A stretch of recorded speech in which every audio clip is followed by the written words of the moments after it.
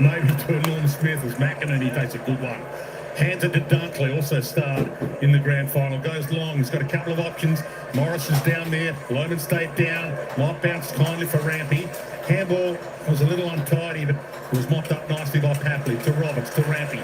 Well worked the Swans defence. Amadi out, he was caught out of it by McCartan, good hands. To a round of applause. Yeah, I think that's the way you play Harris as well. It's either back shoulder or realise the chance to pop up and be that lead-up option. Hanley, second game.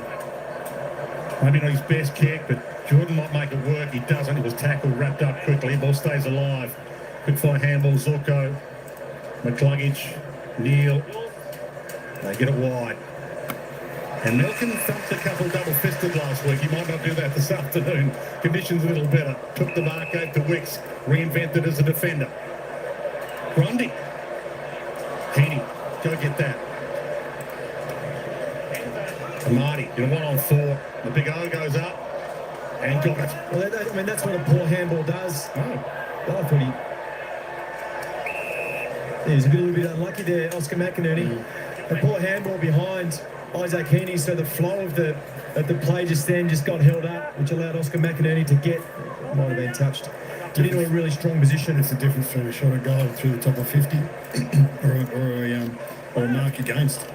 Well, not to the front. Bailey got there. Papley buffeted him away from the contest, and we'll get another ball in. I think the other positional move, we looked at their defenders, and it looked like they had 8 or 9 defenders. Ollie Florent played a lot of defence last week.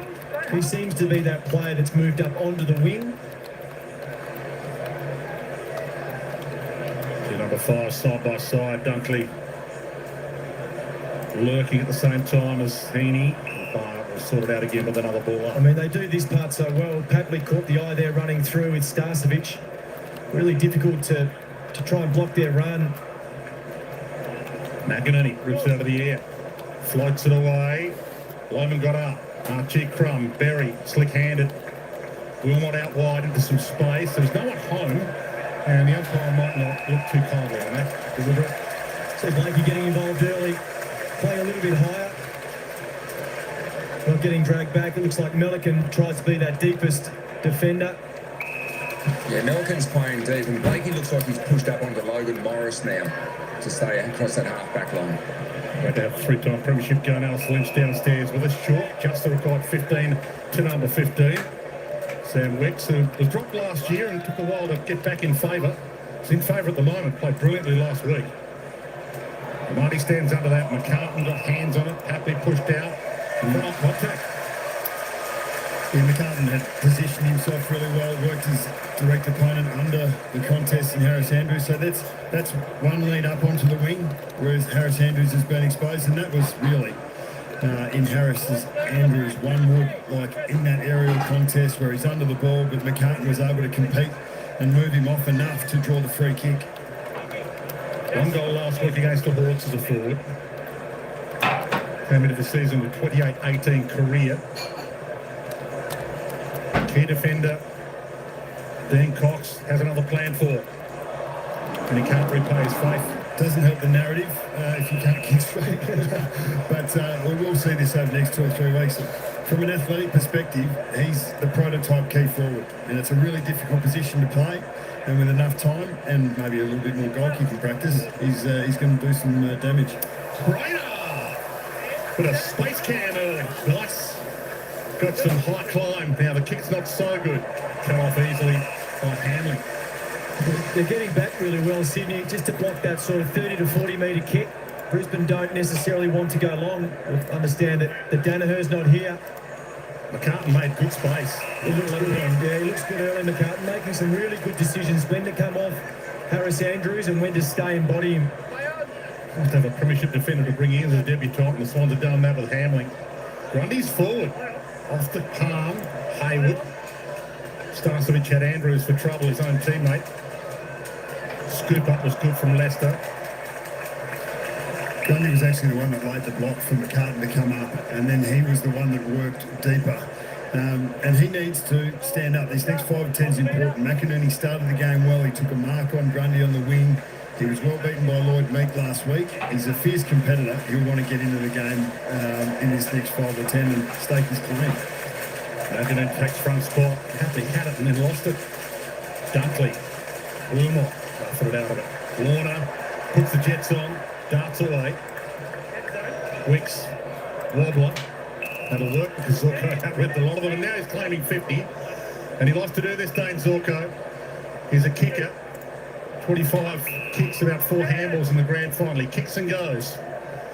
Swans will know about it, but stopping it's another thing. Bailey. Well, they've done well here to hold Brisbane up. Andrews. Ashcroft.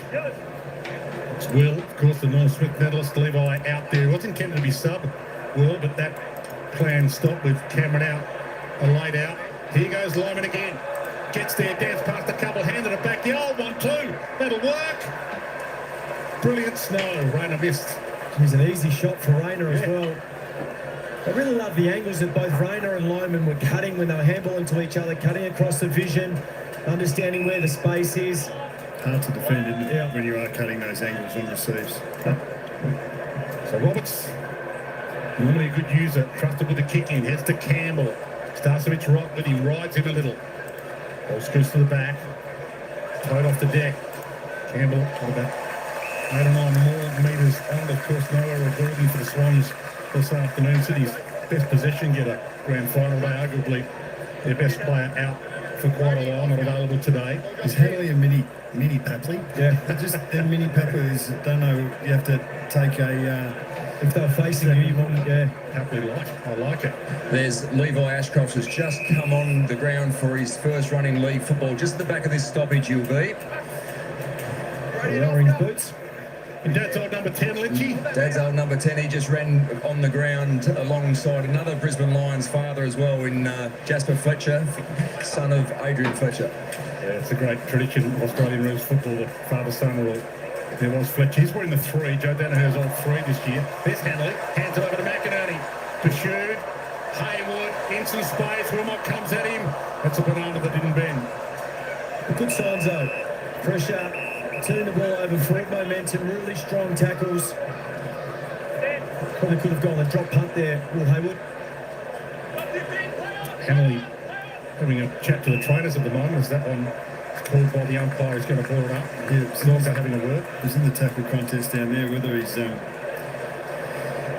cut the knock where you don't want to or not. Okay. You probably don't want to cop a knock at all. So he is sore enough to come off and take a breather. Campbell around his body. Held him. Swans get the opener.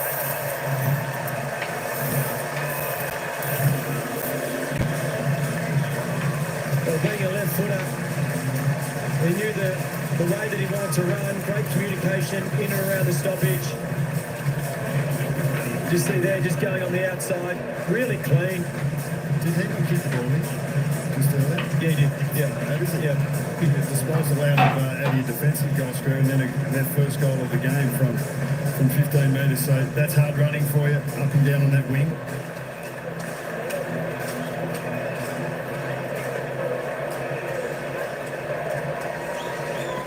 I think we spoke about Hawthorn last night, the versatility, and even these Sydney players, Heaney, midfield forward, Campbell sort of wing, half forward, half back. McInerney, Florent, Lloyd, Warner.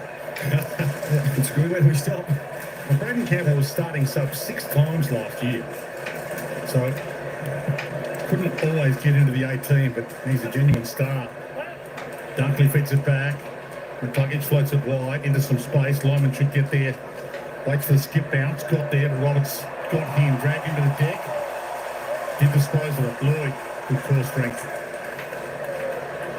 Heaney missed his target. Trouble. Ashcroft of the Levi variety. Gave it to Ainsworth. Yeah, wide to Fletcher in that. Oh, Danaher, number 3. Good step. Back to Ainsworth. Hits a good spot with the kick. Tall timber down there. Fort was down there. Florent got there ahead of time. Blakey. Up against the boundary. Back pocket to Heaney. If he wants it, he got him. Play out quickly. Tapley needs a pop bounce here to go. He's set favourably. He's got McCartan over the back and he's good enough. McCartan in space. Andrews. Fantastic. Campbell just kicked one from here. Pursued. Got it out to Haywood. Could have the snap. Goes inboard. He goes to Warner. Got it. Oh, with a little bit of treatment. Yeah. That'll be 50. Umpire will have a check to Jarrett Berry. But Corey Water will line up from the goal Oh, line. don't give it away now, McInerney. As this is all happening, Kyle Owen in that tackle that Roberts laid is coming off. Left foot sore and limping, so he's got to get something checked. But geez, McCartney was stiff not to get that free kick. Warner goals. Handy start for the home team. It was off the back of a Brisbane centre bounce win, but the kick that went wide wasn't to the advantage of Brisbane. That needed to go deep inside the forward line. And then the transition was a really pleasing part. You can just see here the late hit by Berry. Berry probably should have done his work earlier, maybe have been in that contest. The 50 metre was rightly paid.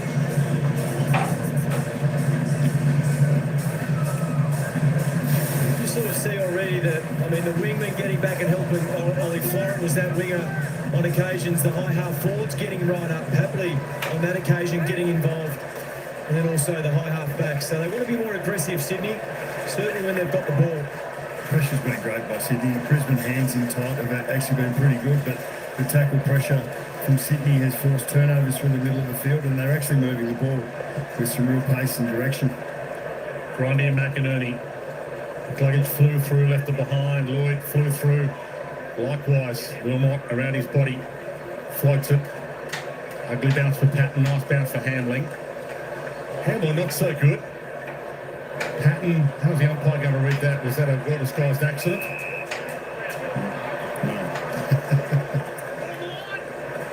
It was nearly too obvious it might have been an accident. Yes, Just true. Levi Ashcroft on debut. Blakey did the hard work, left it behind. From the scramble, Roberts. Hammered away by Rybottom. With mark taken by Dunkley standing in the hole. Slips it to the pocket in hope. He's got Morris down there. He's got the fists of Milliken down there as well. yeah, and I mean, it hasn't worked already. They're going long nearly every time inside their forward 50, as we see here. The Lyman injury. I think it was right at the start. He nearly got kicked on the inside of his ankle shot. It looks to me more like a knock than a twist. And obviously the syndesmosis stuff that kicks up with that sort of tackle. So he's got the boot off and he's walking around towards the change room. So he's slowly walking and limping. So that's not a good sign for the young Lions superstar. Connor McKenna, the sub, hasn't taken the jacket off yet. So as we told you, Charlie Cameron's are laid out. So they've already lost one of their gun goal kickers, gun forwards. Bailey couldn't trap that. Milliken does, gave to Blakey, loves to run. Slips a little too wide for most. And how's the umpire got a smile or frown on that? It's just a poor kick. He had two options. Campbell. It's a bit of a loss, Charlie Cameron as well now to Loman. Now, Charlie Cameron didn't have that scary season that he had last year, but he's that kind of kid that if you don't hold his hand, he sticks his fingers in the wedding cake. So you've got to watch him at all times. Right bottom. So they'll miss him. You can hold one hand and do it with the other one. Heaney on hands and knees, can't get away with it. So Charlie Cameron's issue yesterday was at training, just tightened up in the calf, and they gave it all day and until they came to the ground, but just thought too much of a risk and ruled him out. Suchi.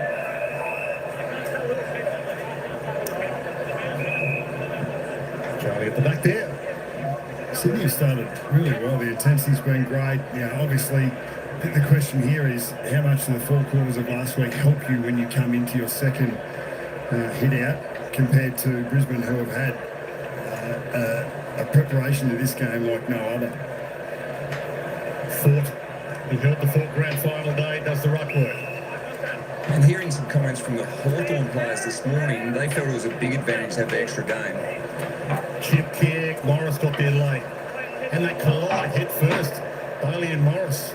So Morris on the deck, holding his head, and there's Blakey in the hole. Does the Lizard want to run? In fact, they're going to hold it up here because Morris has got a head issue that they do hold play up if it is a head injury as opposed to a corky or a A boot removed.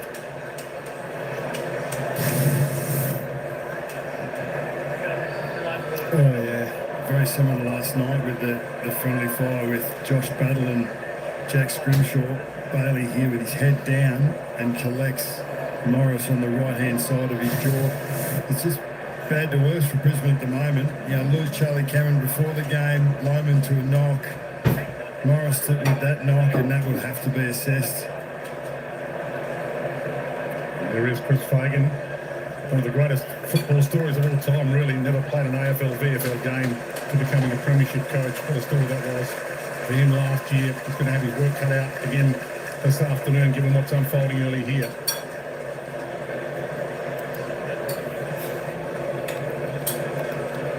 And on the Sydney side, you couldn't have asked for much more. They've taken the ball inside 6 times and kicked 2 goals. Every time Brisbane have gone forward, they look like they've had enough numbers in the right positions aerially on the ground to be able to buffer whatever Brisbane have thrown at them. Probably the Rayner snap should have been finished, but now Sydney have wound out of the performance of their loss last week against Hawthorn. And they've been much speculated on. McCartan forward, Blakey back. Have you got enough in the midfield? Errol Gould's not there. Are you going to go 0-3? Can't have done much more in this first 10 or 15 minutes to put themselves in the game, in the contest. Play allowed to resume. He gets wide towards Melican. Lace out. Magnificent pass. As to is that. Warner takes possession. Corey. He wants to go. I want him to have 50. And he'll get 50 and he might kick another goal. He's not bringing within range. I wouldn't be surprised if that was a set play. We saw the Impey Sicily one last night when they had a bit of a break in play just then as Morris was going off. The conversation from Blakey to put someone in the open spaces, just utilising the time. Been some good other brothers over time that have lived in their superstar brother's shadow. Corey's kind of been in Chad's shadow for a little while, starting to emerge now. The Nathan Ablets of the world have been premiership players over time. Gets a moment here to have 2 on the board early. Struck goal.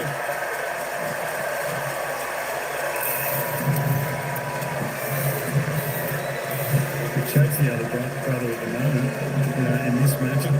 Corey was able to finish twice and is doing some damage. I thought he performed really well last week. His legs and his dash were evident throughout the match, especially in that third quarter where Sydney made a run at it. But that break to space is crucial. Clearly, the space was provided, it was set up, and then there was first Melican and then Warner, the 50-metre and finish.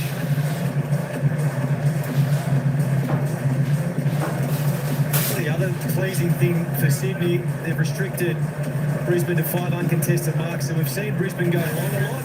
That's primarily because the Sydney Swans players are shutting off those short 45s, forcing them to go long, forcing them into that longer contest. The 2-second rucks. Amadi and Ford. Jordan was good, gave to Amadi, missed it. And the umpire said ball. Rayner barrels it inside 50, that'll be okay. Umpire says play on, and Hipwood free kick against to Blakey. Really didn't know which way that was going to go, right? Yeah, but so sometimes you roll the dice, you think it's your free, I'll go for it, but it might be 50 against. There's Benny Valdilli though, Blakey. Up to 7 disposals. Already 180 metres gained. Patton started this game better than last week. The ex-Saint. Just 4 games for the Saints last year, so wasn't able to get into that 18 all that often. Neil, the crumb, Starcevic. Rayner's had plenty of. Had to make Berry earn that. In fact, Berry couldn't earn it in the end. It's a little bit sloppy there. The handball of Rayner was really poor for it to hit the deck, and then Berry wasn't able to clean that up. So the first signs of Brisbane not quite being as clean and feeling the pressure of Sydney. Pressure, yep. Sydney over 200 with their pressure.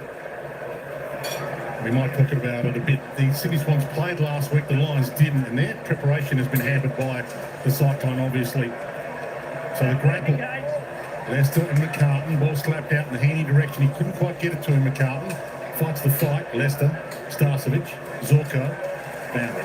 Once again, McCartan involved in that, and as he comes for a spell, which will be interesting. So Marty needs to stand up here as the key forward. Well, he's in the ruck at the moment. As Grundy moves forward, but with McCartan has that spell, they don't have that type of athletic presence in the air that they have when he is in there. And I'm jumping early, but I just feel there was a shake of the head from the physio after he came from the change rooms. Kai Loman may be out of the game here. Wow, thanks, Lynchy. McCluggage with the dance step didn't work. Hadley wrapped him. McInerney, Grundy, Jordan. Ball in, so you can expand on that if you like, Lynchy, a little bit, because that's trouble. Yeah, so in that tackle we saw halfway through the first quarter, Kai Loman hurt his left ankle. He has not returned from the rooms, and as we speak, it looks like McKenna is getting up and starting to stretch, ready to come on the ground. Logan Morris is the other that's being checked at the moment as well. We'll keep an eye on that. Papley in the meantime. Papley popping in the pocket. Inside with the kick. Found some space. Lloyd fed it back. Going for three, Warner. Couldn't collect it though. Bounced on his end. Answorth. Will Ashcroft. Fletcher. Held up. Archie. Nothing forward they like. Good wraparound tackle on the outside. Lets him hand that out. That's great defence. Handling had to make the decision. It would have been communicated from behind that he's got the chance to go up. They already had two spares behind Sydney. No point being three, so he had the licence to go and attack and tackle. So he goes long, Hamling, and Thorpe led that to perfection. Andrews held Marty off the contest legally. Thorpe heads wide in the Archie direction, gets up early, takes the mark. And not quite able to get the fist in that he was hoping for, so sub in the grand final, sub today. Conor McKenna about to be out there. Grundy. Lloyd. Just another sign that they're on defensively. Watching the eyes of the kicker, Brodie Grundy, getting in a really dangerous spot, clogging up the corridor, forcing Brisbane wide.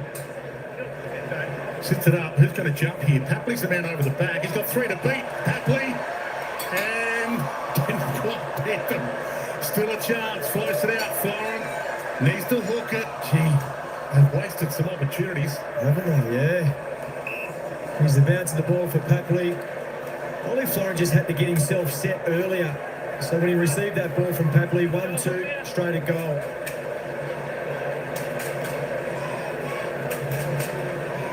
Thorpe to do the rough work against Marty again. They tie up, ball flicked down. McInerney of the Sydney variety, two out there, of course. Berry pumps it wide, or Buffett now, puts down. Grundy. That's Sydney's 9th front half turnover. They only had 14 last week, so that's a great change and a shift that they've been able to problem review and execute really well against a good opposition. Blakey to Pat, not the required. I'm not sure Bailey heard the umpire's call. Oh, nearly. Ross. The pick-off was on, and Berry picks that off. Well, this is their challenge. I think Brisbane are really struggling to move the ball out of D50 because all their numbers are stuck back. So you need patience with the ball movement now. Allow numbers to get forward of the ball. So your big boys need to be down the line. So Darcy Fort, no point marking the ball where he did. He needs to be down the line with Brodie Grundy. Levi Ashcroft. You see him now trying to make his way over. Hipwood's his target. He's got a few to beat. Blakey got there from 4 deep. Roberts with the spill. They come at him. Umpire said high. He knew the traffic was coming. He turned into it. There's no obligation for him to turn away. I think that's the other thing from Brisbane. They've been quite skinny in the way that they've moved the ball. Haven't really challenged the corridor as yet, as we saw Hawthorn do last week. Leicester with the fist, but he knocked it straight to Grundy, who pulls the kick late to Zorko, who fumbles it. Some bizarre stuff happening at the moment. Just needed a hand pass to McInerney on his outside. I think you're right, Dwayne. Just Sydney not making the most of this dominance over the first 10 to 15 minutes. Jordan goes down low. Berry steals it, gave it up. Will Ashcroft with a 1-2 with Neil, didn't quite work, and Lloyd cuts it off and takes it out. Jake Lloyd's missed a bit of the pre-season, including the practice match against the Giants with a bruised toe, but looks okay. There's Dean Cox, the 6-time All-Australian, AFL Hall of Famer. He's got Errol Goulden and Callum Mills sitting behind him. I'm sure he'd prefer them. to be looking out onto them, but he's still got a few soldiers that are ready to come back and add to this. Doesn't have John Longmire in his ear this year, of course. McInerney hands it up. Lloyd, can he get that on the boot without it being touched? Superb start for the Swans. Yeah, great first give from McInerney there. It suggests that when you're watching good team football, those first gives are something that you see when a team is on site. It's a matter of trust. It's a matter of spreading the ball. It's harder to defend. It's harder to pressure. And Sydney look like they are the ones that are able to flick the ball around, use the next option, the easiest option, and they've been able to finish on that occasion. So Connor McKenna has come onto the ground, as has Logan Morris. There's some good news for the Brisbane Lions with Morris going back out there. So that's their 13th inside 50, just 40 last week. They've had 6 intercept marks. They had that for the whole game last week. They've had 9 front half turnovers as opposed to 14. So this is territory football. This is pressure on the opposition defence, and 4 goals is not a bad return from 13 inside 50s. And especially coming up against the best first quarter side last year. Sydney in that aspect were bottom 4. So good start, good response. Neil almost in that ruck contest. Fletcher came in hard. They came in hard on him. At least they've got some experience to bring on as their early sub, Connor McKenna. He knows the show. Irishman's putting together some pretty good numbers career-wise. Hard at it was Ashcroft. Gave it to Zorko. Bangs it towards forward at half forward. Off hands. Rayner on the run. Got in. Shrugs. Bounces off like a rubber ball. Heads toward goal. This is the situation where the premiers get asked a question really early in their season. This next couple of minutes before they get in front of Chris Fagan, how do the leaders respond on field? Henny had it, lost it, bounced towards Corey Warner. I'll let Lynchy talk more about it, but how's the preparation been given the cyclone? Lynchy, Brisbane haven't been able to train as much and as often and as onto the grounds as they'd like. No, absolutely. It's been a disruption. I'm sure that's not an excuse, but the reality is that's why they had to relocate down to Sydney. But it was a great chat with Bucks pre-game about how this actually can prepare you ideally for this sort of game, a grand final rematch, but hasn't worked so far. Rayner got up and pulled it. He was looking the likely one. That was bizarre. Rayner was 15 metres goal side of his direct opponent in Roberts. And Patton was the other player who was actually 15 metres goal side of his direct opponent in Bailey, I think it was. But Rayner was able to have the drop on that with Roberts coming back and trying to defend from the front. There was a lack of communication and not getting it done there, which has cost them a mark inside 50. Different forward line. No Joe. No Loman today, no Cameron. Rayner from the arc. Struck it pretty well. It's been marked on the line by Fort.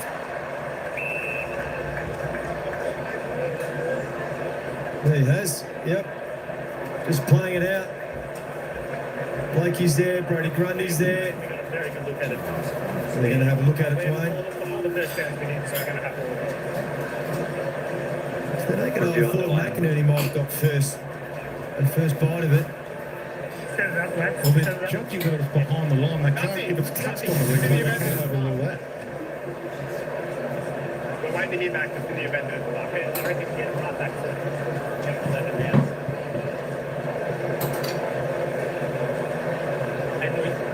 And this is the beauty of replay, but also the frustration of it. Complete. Looking at these angles, we'd see the ball's controlled before crossing the back of the behind line. Decision on the scoreboard. So control before it crosses the behind line. Play the mark. Yes, and as I said, even if the replay shows it was touched in the middle of the mark being taken, it does not matter. Can't overrule that on the replay look. It reverts to the field umpire's decision of whether it was a mark or not. Stepped in grand final day.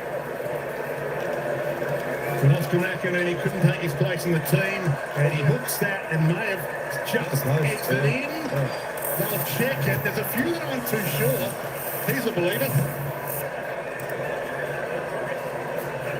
Well, I think one of the one of the things that is absolutely crucial in Darcy Ford's position is to sell that as hard as you possibly can, that it's gone through the goals and missed the post.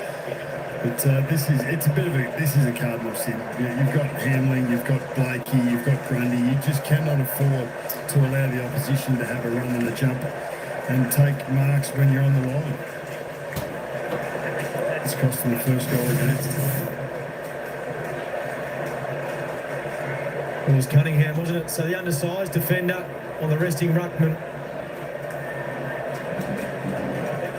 Playing with the two of them today, Oscar McInerney and Darcy Ford. I thought that Sam Day might have been a chance to play, but a family issue for him has made him unavailable. Secondary baller. Lynchy downstairs. Sam Day's been in the reckoning for selection for a while. No doubt about that, and he's been very reliable through the pre-season, worked hard, and I think there's no doubt they were going to go with him. Just trying to fill that massive void left by Joe Danaher. Ashcroft manhandled, dropped it, holding the ball. Rowbottom, one of the best tacklers in the game. Let's not mess around. He's number one in the AFL for tackles last year. He's the best in the game. Marty goes up, ball flicked to the back, little toe from Berry. Thought about rushing it and then realised it's a bit too far out. And that's on the foolish from here, and it's on the foolish from there off the bit of flying. Good recovery by Marty, though, to be in that marking contest and apply pressure to Berry trying to exit their defensive 50. Levi Ashcroft getting plenty of it in his debut game. Grundy got there late. Morris crashed it down with him. Hatton. Hamling. Still in there somewhere. Wicks tried to back out of a jam.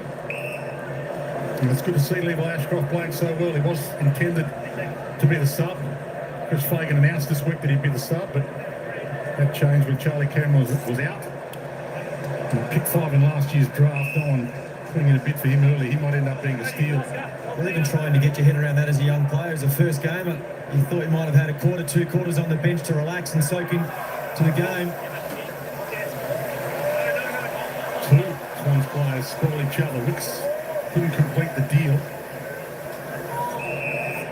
It's not a bad grand plan, though. Let the kid think that he's starting on the bench, and then half an hour before the game, you're in. All part of the plan, do you think, Dwayne? I like it. I'm not a massive fan of the debutante sub, but hey. Chris Fagan trying to sell it to him. He did. It's wasted energy, wasn't it? Rattled off a whole heap of debutante subs that have gone on to be great players. The marketing department rolling it in for him. Zorko about to pounce on this. Handball really had to make Rayner work. Rampy mopped it up. Patton. Again, he started better this week than last week in his first game as a Swan. The bounce pass from McInerney didn't work. Rayner collects it, scoops it up. Hipwood, he gets his moment. And he hits the belly of the ball and it sails. Blakey content to let it sail through for a behind.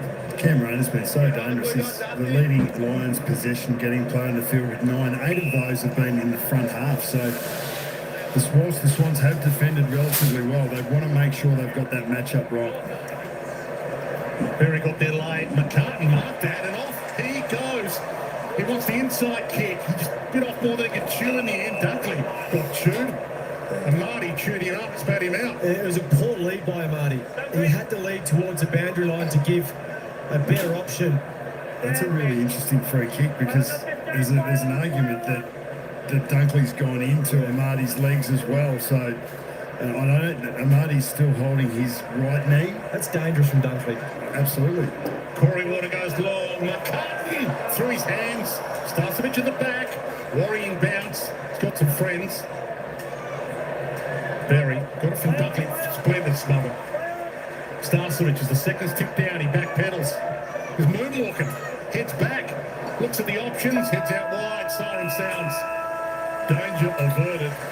Sydney Swans, the advantage in playing last week. Yes, they lost here last week to the Hawks, but they've got the advantage of a run under their belt.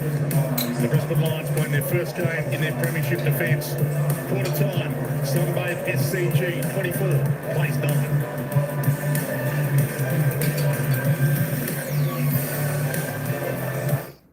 James. All right, quarter time here, folks. Sydney Swans doing the job. 4 straight goals, 24. The Lions 1-3-9. Sydney looking pretty good. They've come out running in the opening quarter. Brisbane Lions trying to stem the tide. Well, they had a few chances, the Brisbane Lions. But still, it's a good game in store for us today. Welcoming everyone to the live chat as you're listening to it with us. Let's duck over there. Let's have a look at the goal scorers on the ground. Corey Warner doing the job there for Sydney. The only multiple goal scorer with 2 goals. Jake Lloyd, Braden Campbell, the other single goal scorers for Sydney. Darcy Fort, the only goal scorer for the Brisbane Lions. Let's see who's leading the disposal count. Of course, Josh Dunkley for the Brisbane Lions on 10. Nick Blakey on 10 for the Sydney Swans. Cam Rayner next best on 9. Brisbane need him up and firing. Will Ashcroft on 8. So some of the big guns doing well so far in the early part of this game. Lockie Neal on 6. Need him firing. He'll get better as the game goes on. Justin McInerney was 6 there for the Swans. Hugh McCluggage, don't forget your luggage. He's on 6 also. Brodie Grundy, the big man. He's had 6 touches. He's 9 hit-outs. 3 and 3. Dane Zorko, little quiet. 5 touches. Corey Warner. There we go. Chad's brother. Doing all right. 5 touches, 3 kicks. He kicked a couple of goals, so doing very well there. We won't be too far away before we're back to the bounce of the ball for the second term. Let's have a look through some of these stats. If you find your favourite player there, Achi only 4. He needs to lift as well. Rampy on 3 there for the Swans. And then we can see Chad Warner just with the 1 disposal, 1 handball. All right, let's go and have a look at the team stats, see how they stand up at quarter time. Reasonably level, isn't it? 93-99. Lions plus 6 in the disposal count. Sydney kicking a little bit more today, 54-45. Normally they're pretty good on the handball link-up. But Lions 54-39, trying to get that link up and run. Sydney just not allowing it. Inside 50s, plenty of inside 50s for both team in the opening quarter. 15 for 4 scoring shots, Sydney. 11 for 4 scoring shots for Brisbane. Efficiency not too bad. Around the ground, both teams 72%. Inside 50 efficiency need to lift. Free kicks, plenty given in the first quarter. 13 in total. 7-6 Sydney's way. The hit-outs, Grundy doing the job there. 13-9 plus 4. Clearances, centre clearances, stoppage clearances, all pretty well level for both teams. As we expect, this should be a nice tight game for the full length. Contested possessions, Lions by 10. Uncontested pretty even as the turnovers. The marks, Sydney controlling it a little bit more so far in this opening quarter, 23-15. Brisbane Lions 2-1 inside 50. Of course, no Joe Danaher this year for the Brisbane Lions, so he's going to be a big spot to fill. Some big shoes to fill, so to speak. Tackles 20-18. Both teams doing it well. Sydney putting the pressure on Brisbane. 3 inside 50 tackles to 1. All right, there's the summary. Let's get that back correctly. We're only a minute away from the game. We're going to take you back down to the ground now, and they'll take us into the bounce of the ball for the second term. Whereas Sydney by 15 points. Yeah, we're going to pull these out and have a look. Obviously, no water talk to get there, but the lessons I feel like we learned along that journey was the most important thing. It's been a season like no other, and somehow the team who finished 5th on the ladder and had to play every week has managed to win the flag. Scenes of the great Lethal Lee Matthews embracing Chris Fagan will live long in our memories. In my 8 years here, he's been such a good friend and mentor. It brought a bit of a tear to my eye. We're all in it together. We learn and we try and go forward. But it was a day I'll never forget. I've got no hesitation in declaring this the greatest coaching story we've ever seen.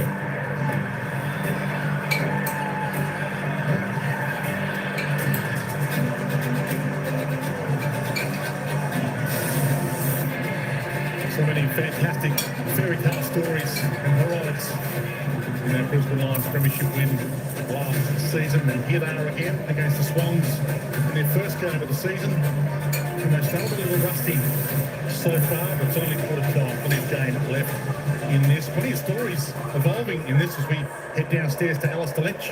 Absolutely, Dwayne. Yeah, they were a little rusty in that first quarter, and the concerns weren't just on the scoreboard. It was in the medical room as well. And we saw halfway through that first quarter, the first incident with Kai Lohmann. Now, obviously, Kai was a star in the grand final, had a massive last season. But in this, Roberts tackle hurts his sort of lower left leg or a high ankle. The reports out of the Lions at the moment, it is a high ankle issue, but it could be even a crack in the leg there. And this is the other one. Logan Morris a couple of minutes later went off with that head clash, but he came back on the ground just after mopping up a little bit of a cut on the lip. So some concerns for the Brisbane Lions, and that was after the start was disrupted with Charlie Cameron being a late out with a calf tightness, and he was replaced on the ground as the sub with Connor McKenna. Now, obviously, not Connor McKenna is into the game for Kai Lohmann. So some concerns for Brisbane. Great start for the Sydney Swans. It's a rude introduction to season 25 for the Lions. They've run up against an opponent that are a little bit hardened from the four quarters they played against Hawthorn, and they've schooled themselves up and have played really compelling football in that 30 minutes. Now, the Lions have got a great deal of depth and experience. They'll want to respond in these first 5 minutes of the second quarter, get on the scoreboard a little bit earlier to put some pressure on the Swans. See Levi Ashcroft getting plenty of it. Marcus Ashcroft, three-time premiership superstar with the Lions for the majority of his career in that number 10. So Levi out there, Will out there, the Don Smith medalist. And we're about to get this second quarter underway. Once they wrap up, Sweet Caroline. Blakey 10 touches and McCartan at the other end 6, so that's a more positive output for those two that have been much speculated on. I think it tells you a little bit about the way that Sydney's playing. It's very much turnover, high pressure, then try and rebound to an equal number of forwards. I think if you want to talk about the Brisbane game, 10 uncontested marks, big tick for Sydney. I'd expect Brisbane to come out and try and increase that in the second quarter, a bit more control. Milliken's on Rayner here at the top of the 50, so maybe he's been asked to be his direct opponent. Warner tracks it, heading the wrong way, of course. Had to have a bounce to steady himself. Pops it wide. Was hoping, I think he wanted Florent, but he missed him completely. Fletcher inside. McInerney hands it off. Fletcher gets it back again from McCluggage. Meeting that sandwich and gone. Everything that Brisbane doing, everything that they're doing at the moment is turning back skinny, turning back towards the boundary. McCluggage should get that handball, and either a runner coming past to the middle of the ground, opening the ground up. Everything that they're doing at the moment, turning back towards traffic, which is increasing the pressure on the ball carrier. Beautiful pass by Campbell. Amati made it spectacular. Goes long. Heading. Didn't complete the deal. Leicester wobbles it away. It was touched, so the mark won't count. McInerney now realises that. The other McInerney picks his pocket to Grundy, to Florent. Weaves past a couple, heads wide. Splendid kick, and this is starting to become some sort of day for Corey Warner. Yeah, look, this is it's really important for Sydney to have had the grand final performance in 22, and then 24 months later to prepare for that and to go in and not be able to get the job done against this very opposition in the last game last year. It's been a freshen up with a new coach. We've got pre-season energy, and they're showing it and displaying it today. Remember, to this game is just 2 goals to his name. And he now doesn't have 3 for the afternoon. It's really hard not to be at the top of your mark as a player who's only kicked 2 goals in your career, to be potentially kicking your third, and then kicking about it, thinking when I kick 3, how good's that going to be? Wide ball in the McInerney direction. Grundy got there, fisted it away. Out of play. Got some stuff in the resume today. Nathan Buckley, Norm Smith, Brownlow. Lynch, he's got a 3 premiership resume as well. He's kicked 633 goals, and Geordie 4 flags to go with it. Superstars everywhere as part of our broadcast team today in this beautiful day in Sydney. Heaney nearly missed his shoe. Rolls to Danforth's direction. Campbell wrapped him, got him, cooked him, gone, surely. Great pressure.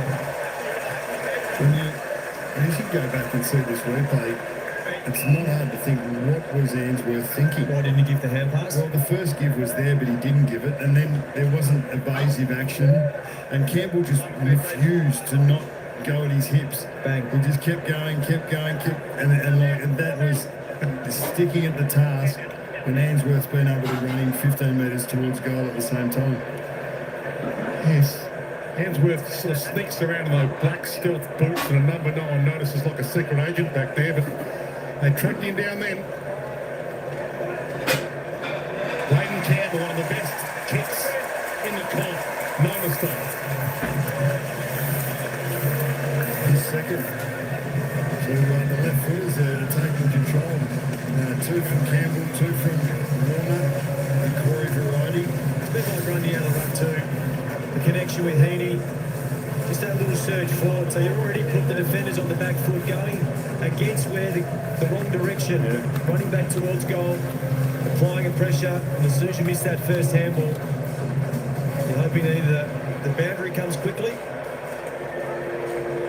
or the goal line. It's not a bad way to exercise the demons, isn't it? This isn't a grand final.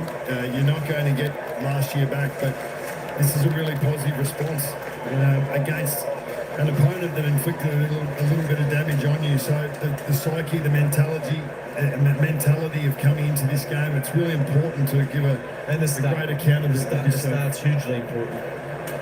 Running well. He overcooked his fly. Bailey sprints inside 50, got away from Roberts, and then missed. Just important for Roberts not to give up on that chase, as he didn't. He was prepared to put the head down and go all the way, which just forces Bailey to try and kick a little bit at a pace above where he was going to finish effectively. Like he wants to run, McInerney knows that he wanted the 1-2. Heaney. Down the spine that travel, Grundy. Here. Oh, he turned away, turned his back, Brody. Heaney. Still that travel. Hayward. Secondary punt, not paid. Put it to grass. Flying off the carpet. Rolls it. Payne. Campbell. Ainsworth wraps him this time. And content to take it out. Love the build-up. And if Blakey gets used, that's great. But even if he doesn't, that flush run just creates opportunities for and space everywhere for the next couple of disposals. Players pushing and shoving, darting off the contest here, trying to make some space for themselves. McCluggage. Blakey's down there, Foots down there, Grundy. Holding free. Even then, I mean, I know Brisbane get a free kick here, but you just see the numbers into the screen from Sydney. The contest from contest work. Look like they're running on top of the ground at the moment. Archie, who was the #1 scorer in the grand final by the end of it, 4 goals won grand final day, misses his target there. 55% by foot at the moment, Brisbane. Just look a bit rusty. Amati, the man who comes. Fisted away by Harris Andrews. Amati, beautiful crumb. Jordan around his body. Great grab. Hayward turned into the traffic, knowing it would come. This is where they need to try and pick them apart. The long options there in Heaney. A little too short and buried. It was the wrong kick. It off. Hayward's an interesting player. I mean, he can dominate. Had just 6 kicks or 6 possessions in the grand final loss. None in the second half. When he's on, he's on. But sometimes he's just not as on as he'd like to be, or they'd like him to be. Played the defensive role last week against Sicily in the second half. Did a really good job. Looping handball to Berry. He can go if it sits. It does sit. Feeds it further forward to the sub McKenna. And he blasts it. He puts out the back. Roberts gets back. Hippie up. Drops it. It'll work. It was off the back of Archie's boot goal. He needs some luck sometimes. I reckon he knew exactly what had happened too, so he wasn't going to mess with that imperfection that got him the goal. But great run by Berry to be able to be the extra number. The mark by Dunkley was key. And then that broke the lines. McKenna identified that he had a squeezing player. We had to go quick, didn't they? Which gave him the chance to go over the top to find, Roberts trying to get across to support but couldn't quite get there.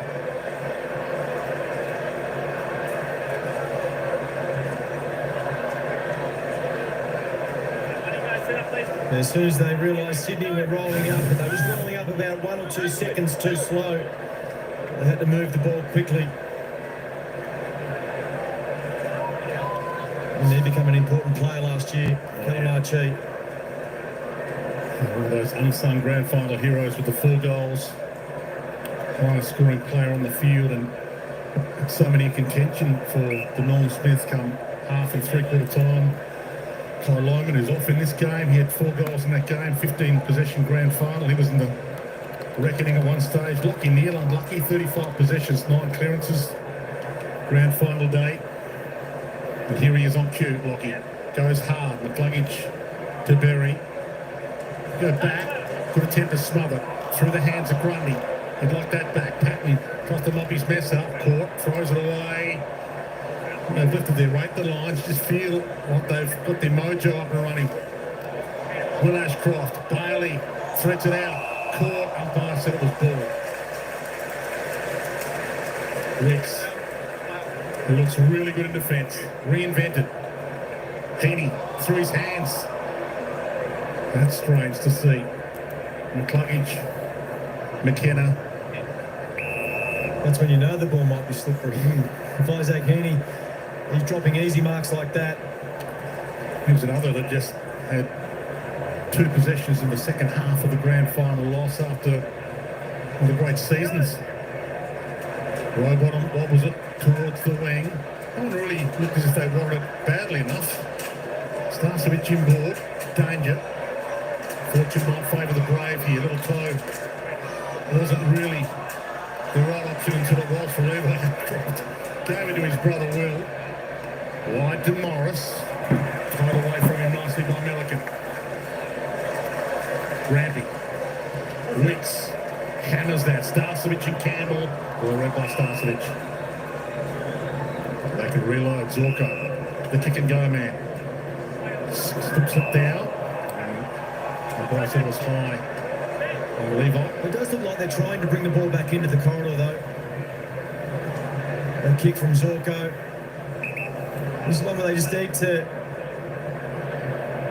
Poor kick, but not go so long. Just take those uncontested marks.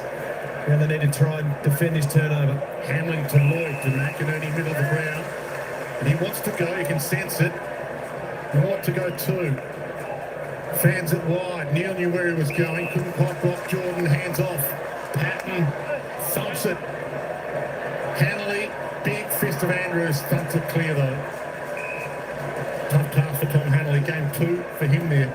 Mid-season rookie pick last year. Harris Andrews always had the reach on him. The premiership co-captain. Game's definitely squared up. The Lions have got back into the contested element, getting a little bit more of their forward game going, but just not quite as clean by hand or foot at the moment. McInerney was unopposed in the ruck contest, yet thumped it instead of taking it. Rampy. Blakey. With the hands on his shorts first. Archie turns away from him. Bailey on the run. There's no one in the square. Needs to hit it sweet. Doesn't get any sweeter than that. How quick does that happen? It's a big blue. Massive blue. And They were open on the... Lloyd was out here on the wing all by himself, so you could see the way that the play was going to unfold. But you spill the mark, you look up. Bailey's already going inside 450. That happens so quickly these days in modern AFL football. Huge mistake there by Nick Blakey. And Logan Morris is right into him too. And the response to this, I mean, everyone makes mistakes in the football field, and Nick Blakey's been excellent. But that is a blow. It's cost his team a goal. But that's right, you got to brush this off. Your next 5 minutes are really important. Next couple of contests. It doesn't need to be a touch, a handball or a kick. Might be a tackle, smother, chase. Just get back in the game with a positive impact. Fort and Grundy, so the number 1 ruck for the Swans against the number 2 for the Lions. And here goes the Chad out of the middle. That is sweet.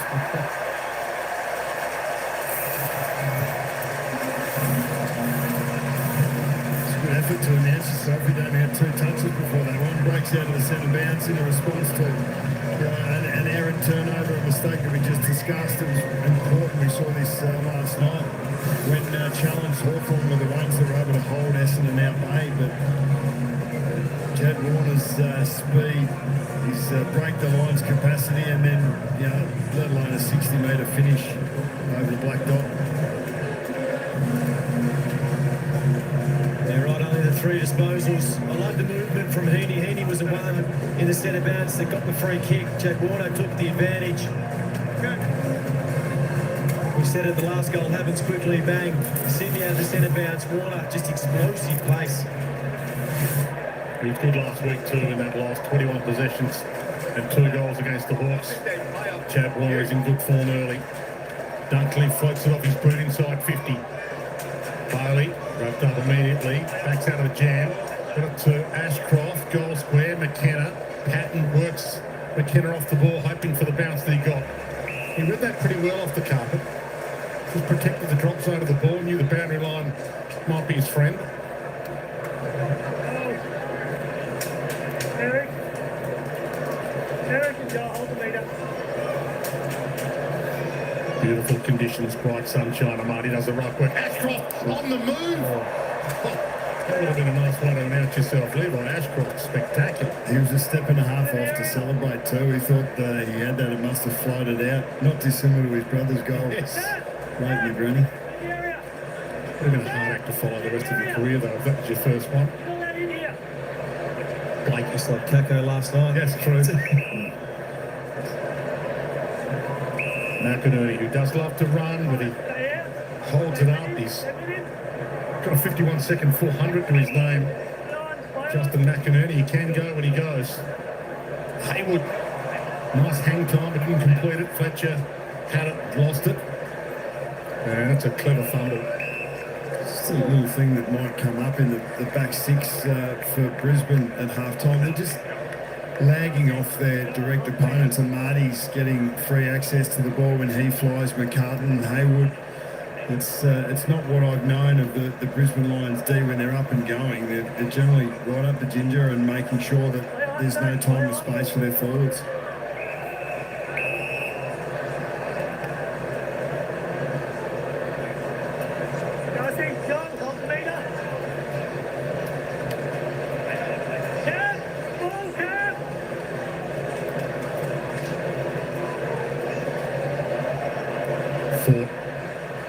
And Amadi front spot, down to Rowbottom.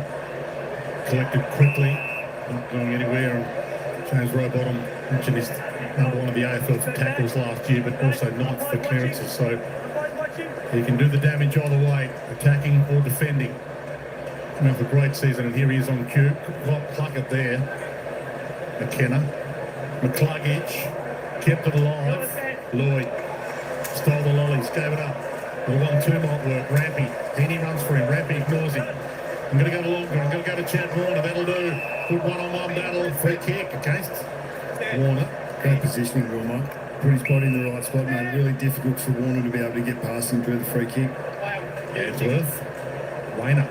He's looked the most likely, and he drops the mark that he'd normally take. And that's another miss for Warner. But it is a change though, those shorter kicks. Rayner dropped the mark there, but it is a change in the way that they want to move the ball. So Blakey calls for someone to come at him. Slips the pass a little too low for Corey Warner. He waited till it was slung around to Florent to get the handball away. And now Chad drops it. It's like a glitch in the matrix. Is it the same? Even Chad's dropping it. We know that it's very hot, great humidity, but the ball handling's actually been pretty clean, except for a couple of those moments that have been really costly for the Swans. 2 turnovers in the front half, a goal already. Zorko to the pocket. Dunkley, the least likely, and he spills it. Hipwood, who does he want? Not sure he knew he wanted. Holding the ball was the result. Heaney blasts it away, hits out wide. McCartan turned his back into Payne to take the chest mark. Just another trail in there by Payne. Andrews will get there, make the contest, and he kills it. Puts the garbage out there, puts it in the right way. It's great recovery by Harris Andrews. He had to come a long way to spoil that ball, but just timing, understanding where the kicker wants the ball to go, putting it 16 rows back. That'll feature in the Golden Fist, no doubt. Bang. Chris Fagan, again, doing some damage to that Chewy as he normally does. Back into play, Marty, forward. Papley kicks by the dance step from Heaney was superb. The pass just overdone a little bit. Isaac Heaney, one of the best players in the competition, won his first best and fairest last year. All-Australian for the second time. He fumbles today, but he's normally the clean Heaney. He's normally one of those that is sure-handed. Maybe it's a little slippery with the sweaty conditions out there. Great smother on Dunkley's ball. Right bottom again. Clearances, tackles, smothers. You rack them up. You didn't even need to look who that was, Brian. He's one of those players that buys into everything that coaches love. 8 smothers to 1 in favour of Sydney. Fort, front spot. McCartan does the right work against him. The tip down was nice to fly. Levi Ashcroft left it behind. Wilmot, Fort. And Marty. He looks at Blake, he looks at Amadi, and they look at the Sheriff. Florent, Amadi, Smother, Ricochet, Levi, Well, pushing the back.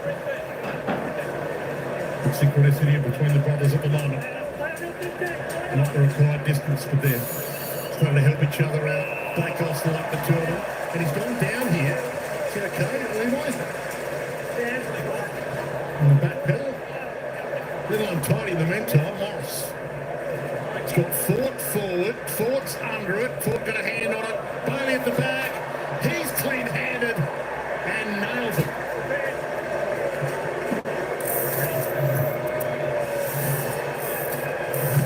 Terrific run by Zach Bailey. You can just track him down the middle of the ground.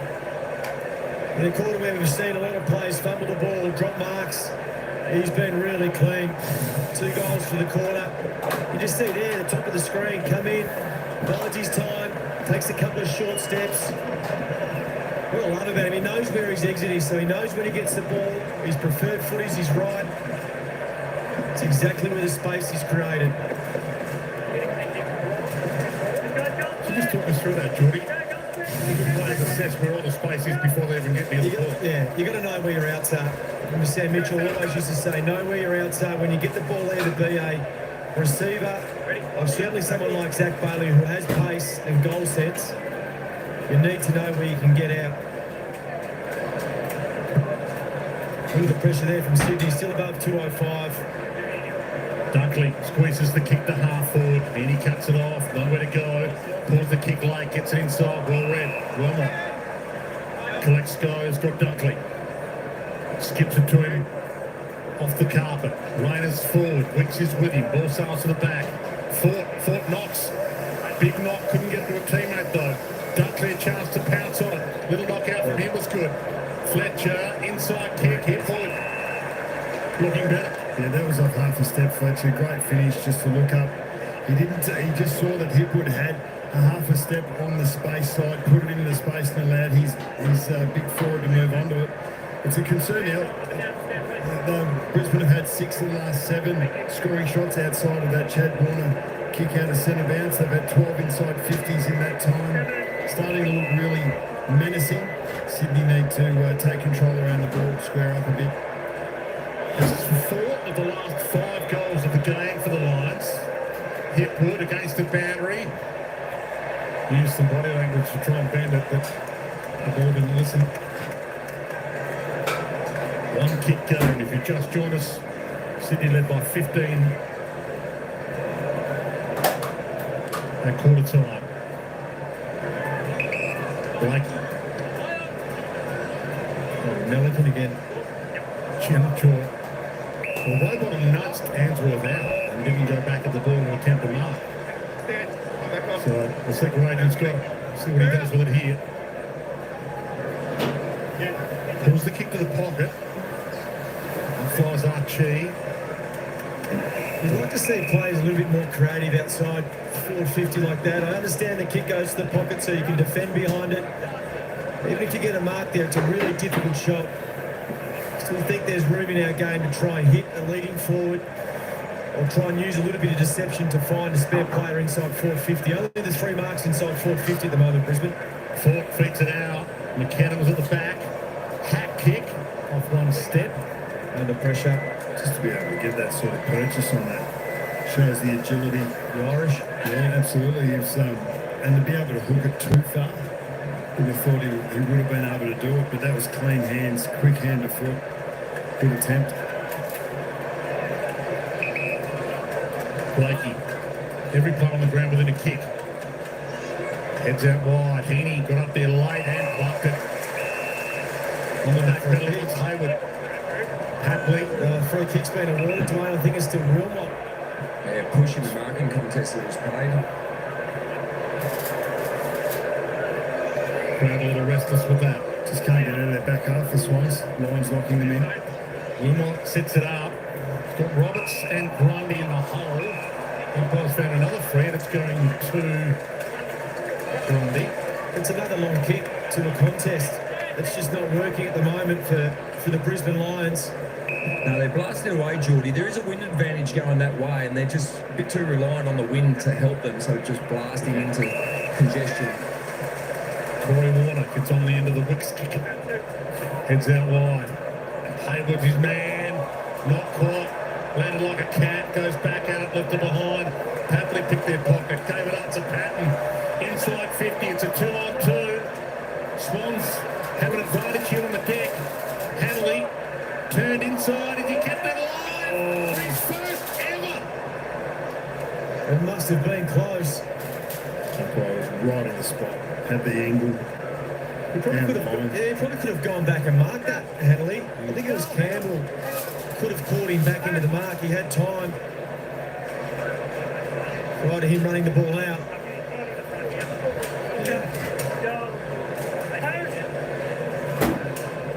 You see here the work off the ball. But too much work off the ball. Yeah. Hanley and Starcevich having a work. I mean, they do this well, Sydney. They've done it in the forward 50 stoppages, blocking for their teammates. You've just got to be careful of the force. It did look like Dunkley went down rather easily. Two-time premiership play now. Josh Dunkley, Dogs and the Lions. Grundy goes up. Rayner trying to thread the handle through the eye of a needle. Levi Ashcroft toward Will through Blakey's legs. That is a glitch in the matrix. Good tackle by Wex. It has to be holding the ball. Roberts caught. Umpire, one umpire said high, the other umpire said no. They were 10 metres apart, the two umpires with the same angle of view. Yeah, and both free kicks were there, Dwayne. Might have been a square up the decision in the end from that dropping the ball decision. Roberts wide, directly. Brooks has been good again. Not only his defensive role, but the ball use coming out of the back half. So McInerney had to go, and Warner was in front. He called McInerney in, put it on himself. Yeah, well done, Chad Warner. He just had to stand under the ball. And the Brisbane Lions were coming.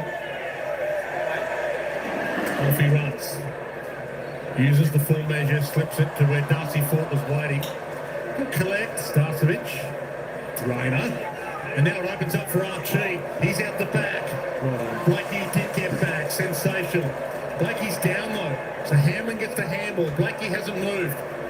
Patton. Milliken. Still down Blakey. Wide ball. Arm chop on Mark Corey Warner's ball. And right in the small of his back. Nick Blakey hasn't been able to move after that contest. And Marty pulls Hanley back.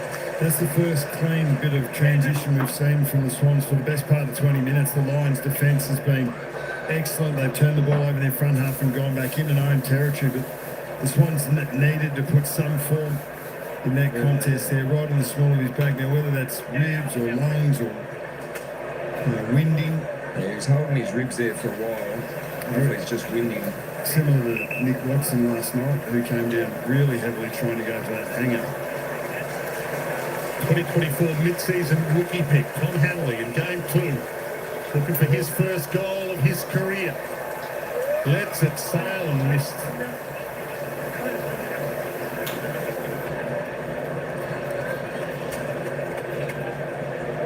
Big 3 minutes coming up to half-time now. One kick in it.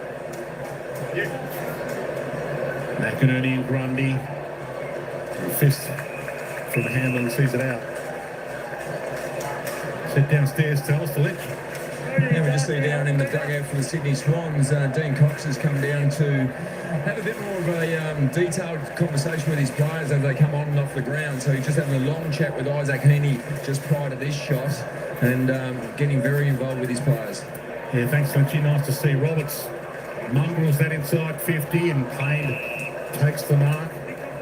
Second game in charge for Dean Cox, taking over from John Longmire, longest serving coach in Swans history, 14 seasons. John Longmire in control as Rayner nearly plucks that. Archie inside. Handsworth pulled the kick late. McInerney has got runners. He sends it long. It's a 1-on-2. McKenna's the one. Might still beat the 2. Couldn't quite. Florent lent a hand. Rampy heads in the Grundy direction. Should get this. He was caught in by McCartan with the confidence. And here goes Warner. Off and running. Hands it up. Had Campbell. Had a few options. Campbell wide. Good build-up. McCartan's got the float kick over the top if he wants it. He now does want it. Corey Warner. It's actually really well defended by a couple of Lions players there. It looked like they were absolutely out when Chad Warner had a hold of it. They defended the right players in the right doses, and to have left Jake Lloyd with a 45-degree shot from the boundary, that's pretty good D. So doesn't have a shot at goal that often. Jake Lloyd, 42 goals in 251 games. And he backpedals here. Two-time best and fairest, more than any current Swan, Jake Lloyd. All the experience in the world. Late in the half. Calls that to the near side. It's amazing, really. The Swans, one of the great clubs of the competition. Sydney South Melbourne players. Only 12 other Sydney South Melbourne players have played 250 games. The Swans have been in the comp since 1874. Crows have more 250-plus game players than they've been in the comp. Only a few decades. Free kick off the ball. Looks like it's gone against Harris Andrews. So off the ball, who did he push him, Marty? I thought it was Ollie Florent. Ollie Florent was the player. Jeez, that is a big turnover. Right at the top of the goal square is where you get the free kick. So we're still trying to work this out here. Well, Harris Andrews is trying to say that he flopped a little bit. It was an off-the-ball free kick. Oh, they got what's really good. This is a little bizarre. The umpires Now they're going back to the Remember. So McCartan going to get the gimme goal to the top of the square. Got there eventually, and a little nerve settled as half-time approaches.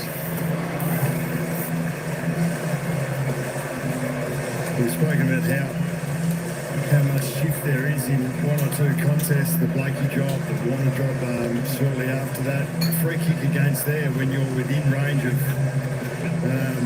the opposition goal, and it's a dead set goal giveaway. Then that's a really bad error to make, even if there was it was a 50-50.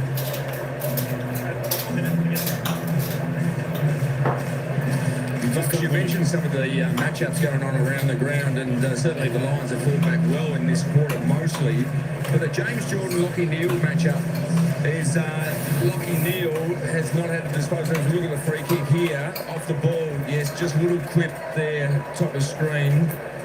So that was a free kick, so that was a bad mistake from the skipper. But his co-captain in Lockie Neal hasn't had a disposal in this quarter. His last touch, his sixth, was the 26-minute mark of the first quarter. Yeah, he's doing a good job. James Jordan has been tasked with that role a few times. Inside a minute to half time. He traps it. Florent, the dog set was great. Oh, dance past a couple. Go with the McInerney and they're out. They might have the last roll of the dice, the Swans. It's Hadley. The three's grasped. Made it tough for himself. Papley. All in. Well, this is where they do get to work, though. So you've got to get over the disappointment of dropping the mark. If you're Hadley, you look to Papley, you look to block, you look to create a lane towards goal. 37 secs, still an opportunity to score. Grundy front spot. McInerney from behind. All hits the deck. Warner. Berry got back last line of defence and he knows how long left here. Yeah. He's not going to take too many risks, Dwayne. Long down the line, you can see there, Oscar McInerney. So Blakey could jump from 4 deep if he wants to. He didn't have to jump in the end, he just outread the lot of them. A mark from this and they'll get the last shot. It's Warner and he puts it to grass. Some crazy stuff has happened in this. Ball scrambles back. Blakey almost got each other's way there, the three Swans. Combined to get it back to Blakey and mop up that little mess. Half-time Sunbathe SCG. Fantastic to have your company wherever you're watching around the planet. The grand final rematch. Brisbane Lions' first game for 2025 in their premiership defence. Sydney Swans coming off a loss last week here to the Hawks. And at half-time, the margin essentially what it was at quarter time. 13 points the margin, 7-3. Plays 4-8.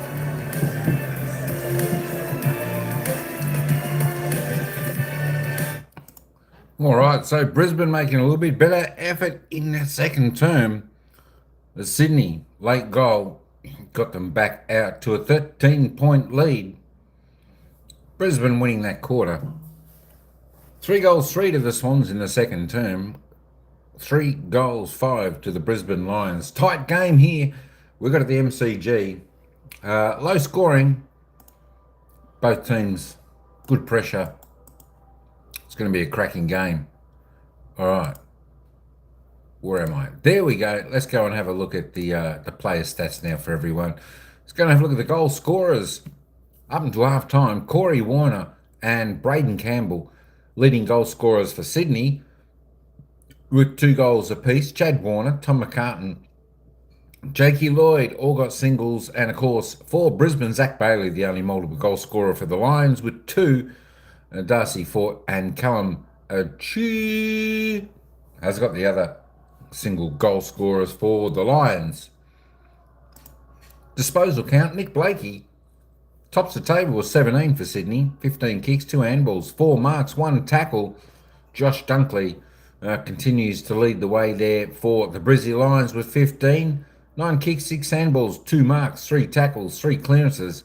He's having a good game. McCluggage came into it a little bit in that second term with 14 touches. Isaac Heaney, there's a man, lifted his game, didn't he, in that second term. 9 kicks, 5 handballs, 4 marks, a tackle, 4 clearances, doing it well. Sydney definitely need the Heena to get up and running. Will Ashcroft there with 13, Cam Rayner with 12 as we run down. Levi Ashcroft with 12 also. Corey Werner with 10.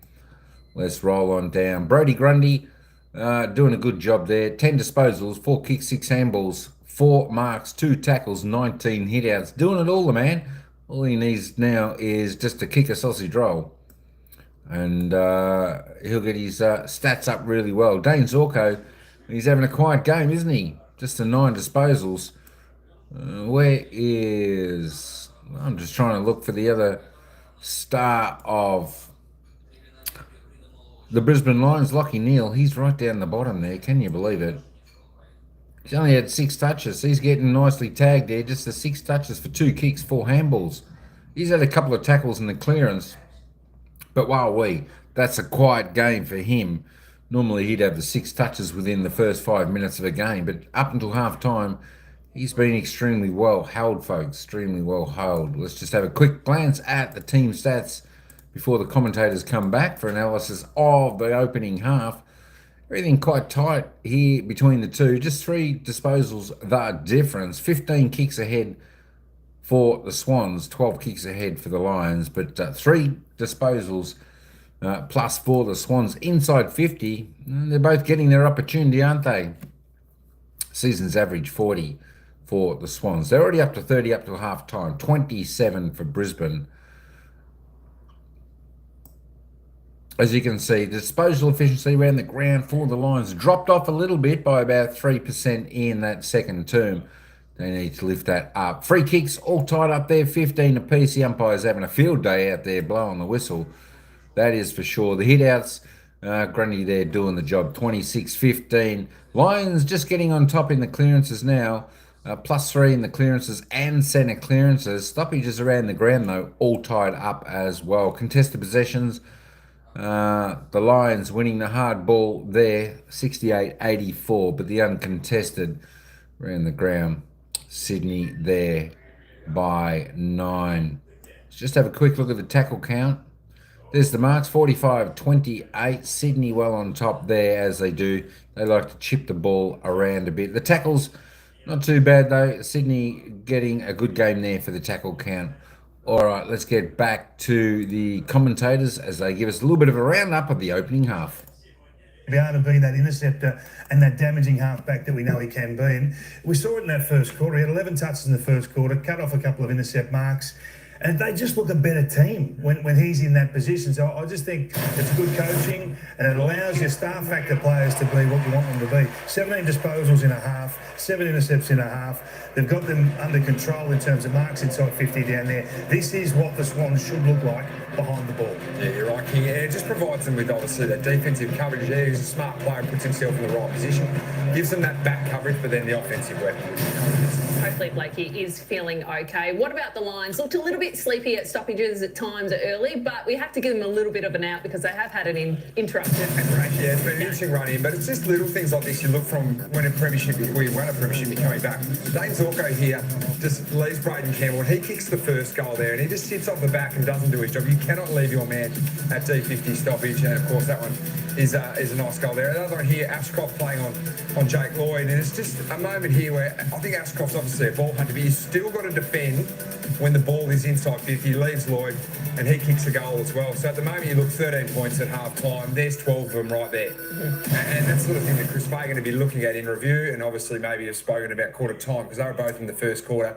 And they need to flick the switch on that and switch back on. Talk to me about Lohman, Jay-Z. How is he? Serious concerns for Brisbane Lion Kai Lohman. He hurt his left ankle in a first quarter tackle from Matt Roberts. You're about to see here. It is difficult to pinpoint the exact moment, but we did just see him on crutches at halftime only moments ago. Now, the big worry here is the dreaded syndesmosis ankle injury, and we saw him with the doctors. You see him grabbing the high part of his ankle there, and that is a huge worry. Syndesmosis can be 4, 6 plus. Some players require surgery for it. So fingers crossed, he'll be off for scans. It comes on top of the Charlie Cameron late withdrawal. He had a calf issue. The Lions tell us only an hour ago that hopefully it is only tightness, and he's expected to play against West Coast at the Gabba next week. That's good news. Let's bring in one of our Fox Footy big guns, Nathan Buckley, who is at the ground. Bucks, so what are you seeing at ground level? Well, the Lions started to get back a little bit in the last 15 minutes of that quarter. Sydney been so good at controlling territory, and as Kingy rightfully said, Nick Blakey was getting involved because Sydney were turning the ball over in their front half. They had 18 front half turnovers in the first half of this game compared to 14 for the whole game last week. So there has been adjustments. They've been able to play it more on their terms, but the Lions definitely starting to take a little bit of control through the midfield and give their forwards some supply. The half forwards for Brisbane look like they're getting involved in the game now, Bucks. We saw Bailey a couple of times coming through the middle at speed. Yeah, I don't think the Lions have really been at their best, but they're starting to look dangerous. So the Swans and the first 5 or 10 minutes in the third will be important.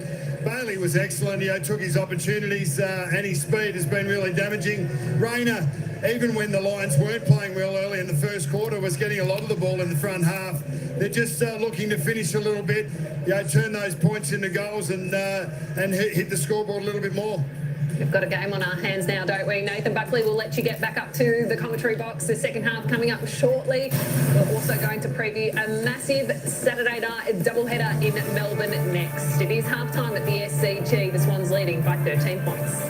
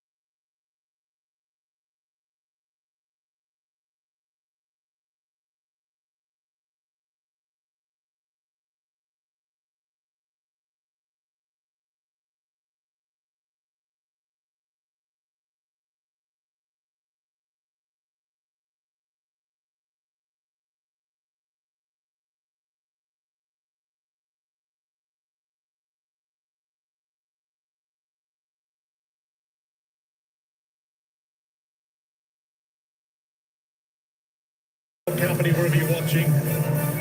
Sydney Cricket Ground's been playing in sunshine all afternoon. Warm conditions, the shadows now hovering over the players. And huge second half to come here. It's the second game for the Sydney Swans for this season. Brisbane Lions' first game in their premiership defence. We know they were meant to open the season with a flag unfurling against Geelong at the Gabba last week, but the cyclone hit. So it's hard to know what we're going to get from Brisbane. They did start a little rusty, but they got their mojo back in the middle of that second term for a while. Sydney Swans trying to make amends for last week's loss to Hawthorn. Back underway, Grundy, McInerney, Neil, Rowbottom doing Rowbottom kind of things, got it away from their number one playmaker and included himself, Jordan. And Marty should get there, no he doesn't. Too far out in front. He's doing a good job, James Jordan, on Lockie Neal. Lockie Neal only with the 6 disposals in the first half. 1 clearance. So holding him tight in and around the contest. So this is where you look to your teammates. So you've got Dunkley, Wilmot's in and around the corner. McCluggage trying to look for a block with Lockie Neal, set him free. Rowbottom again, tight in the clinches. There was Jordan getting a touch, back to Rowbottom, slips out of a jam, got himself on for too high. Then he plays on to disadvantage. And it'll come back. Yeah, they know Lockie Neal's ability to break away. 35 possessions, 9 clearances, grand final day. Two-time Brownlow medalist. You'd like to see him have some help, Dwayne, from his teammates in and around those contests. Look to block James Jordan. Long kick, Marty, good hands. Yeah, too much of a leg rope from Harris Andrews. But so much of the contest, those sorts of contests happen before the ball even reaches the area. So Marty's obviously able to work Harris Andrews off the ball to give himself that 4 or 5 steps in, as you can see here. And Harris Andrews just gives him the run. Potentially thinks that the contest is going to come from somewhere else, and that's 50-50 footy. Lions got within a kick of Sydney in the shadows of half-time. But this, for 2 goals in a row to Sydney, I'd like you to hit his shoe. Such a slow approach, isn't it? He failed to score in that grand final loss to Brisbane as well. Joel Amati is a goal-kicking start when he's on. Kicked a big 9-goal bag in Adelaide last year. The chip kick wide works. Sarcevic, sure as Zorko knew he was out there, but he was out there and Hanley jumps in from out of a sprinkler hole. McKenna bumps it high. Floats a little on a few. Hit one at the back. The knock-on was on. Fumble from Bailey. Goes back. Rowbottom wraps him. He's a good tackle. Didn't overcommit high. Made sure he was low. I didn't feel it. Rowbottom's intensity in his first couple of minutes has been huge. Obviously important for Sydney to reinstate what they see as dominance around the ball, because the Lions did get their mojo back in that last 15 of the second. Little fumble. Bailey again. He rolls it towards goal. He skipped that past him. Little hop, skip and jump goal. He's on today, Zach Bailey. That's a great finish. Yeah, he's been the most dangerous forward, hasn't he? There's been plenty of supply in the last little bit. They're now up to 31 inside 50s for the game. Sydney 31, Brisbane at 28. So it's starting to square up in terms of territory. But yeah, an initial contest with Bailey, just the first to swoop on it here and finish. Yeah, the direct opponent, Jake Lloyd, had the ball, got tackled, so he got taken to ground. Forward 50 stoppages, they kill you as a team. You got a chance to put numbers around the ball in really important areas.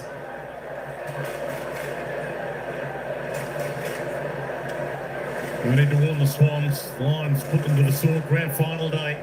It's their first meeting since that last day in September, and it's on again. Wicks. Roberts.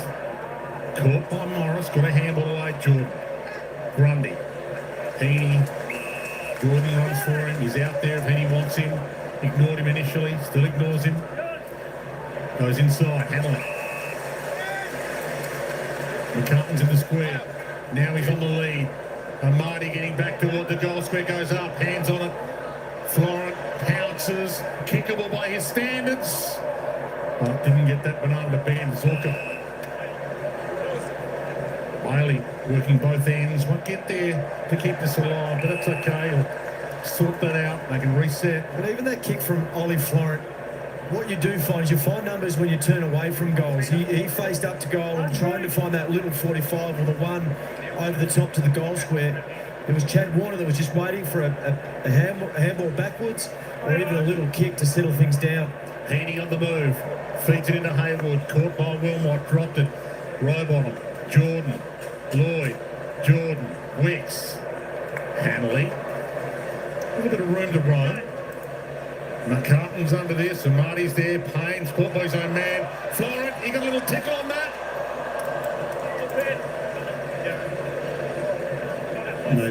Maybe a ground level opportunity there for quick hands. It might be a little bit critical of Ollie Florent at the moment, but a couple of half chances not taken. He's an interesting player, Ollie Florent. Averaged 20 possessions a game last season, but fifth in the AFL for turnovers. So not all his kicks. His confidence. Hit the mark. Oh, amazing from Warner. Put his heart and soul and body into that smother, and it's now alive again. Papley, Hanley. He handed it to him. Papley pleads his case. They are bringing the pressure again after half-time, though, Sydney. 12 smothers a forward. Yeah. Great number. It'd be interesting to see that on the replay. I don't know the last time that someone on the mark was actually able to smother a kick when you're supposed to stand. Andrews long, Rampy left it behind. Took it a little here. They can get it all the way through, so we'll keep an eye there because Dunkley's down, getting up slowly. Hipwood turns and goes. Thumps it inside 50. Hamlin with the fist on.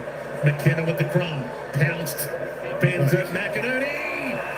He thought about the big guy. Thought about dropping it on the toe. But it's a long way down to there. When you've got two guys there. A lot can go wrong from 6.5 feet. But what a fantastic kick. Connor McKenna knew exactly where that ball was going. Saw McInerney sliding towards the goal square. Put it on the B of Rebel right in the middle there, and was made that an uncontested option right in the goal square for this finish. The Big O cuts it back to 3 points.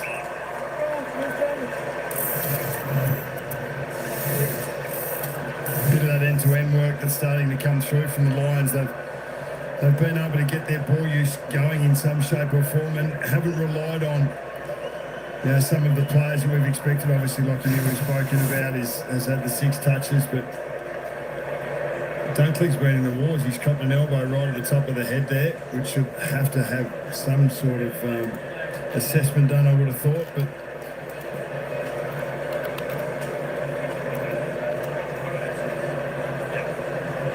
he's been in the wars. He copped that one with Amati where Amati went low at his legs. Or sorry, Dunkley was low under Amati's legs, but it's a bit of it's a few heavy contests that are taking place. It happens early in the season especially when the fatigue kicks in after half-time. Grand final heartbreak story. Oscar McInerney and yet may have been the inspiration for the win. Ripped his shoulder out of the socket twice in the final against the Cats and couldn't take his place in the premiership winning lineup, and he's working his backside off in the ruck here. They'll get the clearance. The Lions. Will Ashcroft shoots it wide. McCluggage gets some room to roam and launches goal square. Rampy sees it over the heads. Don't worry if you're Sydney, as intense as Rowbottom's been early in this quarter, the Lions are starting to find a lot of the ball and get really good penetration from their clearances. So Roberts wide. He's got Haywood on the run. Andrews fist down to 4. The poetry in slow motion from Big Darcy to Hipwood. Just that repeat entry, especially when you can turn the ball over in your front half and go quick. Hipwood just needs to take his time here. Looking inboard to McCluggage.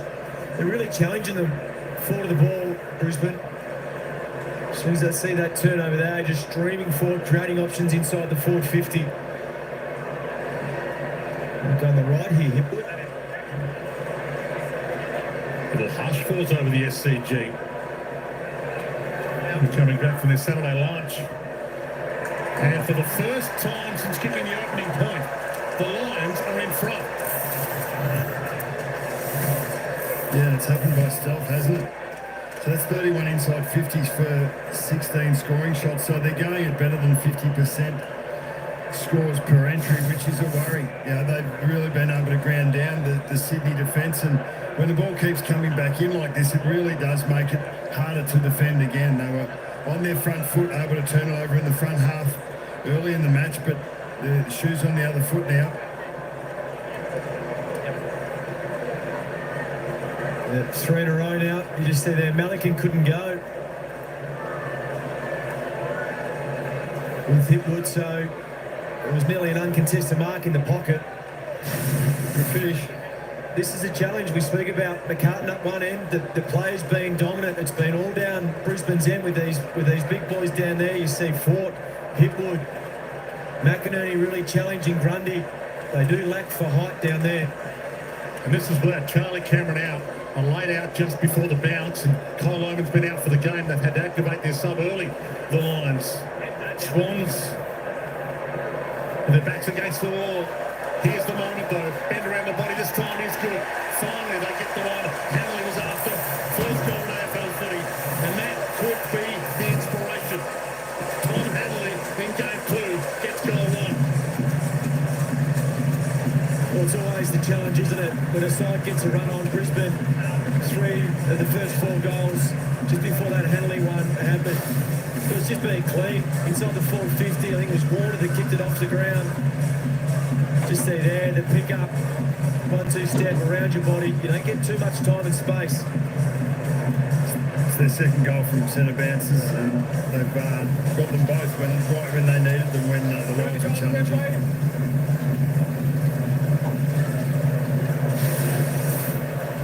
Good nerve settler. Grundy's definitely starting to get into the game. His work around stoppages, getting his hands on the ball more often, hard contested work. He was able to get the ball forward there.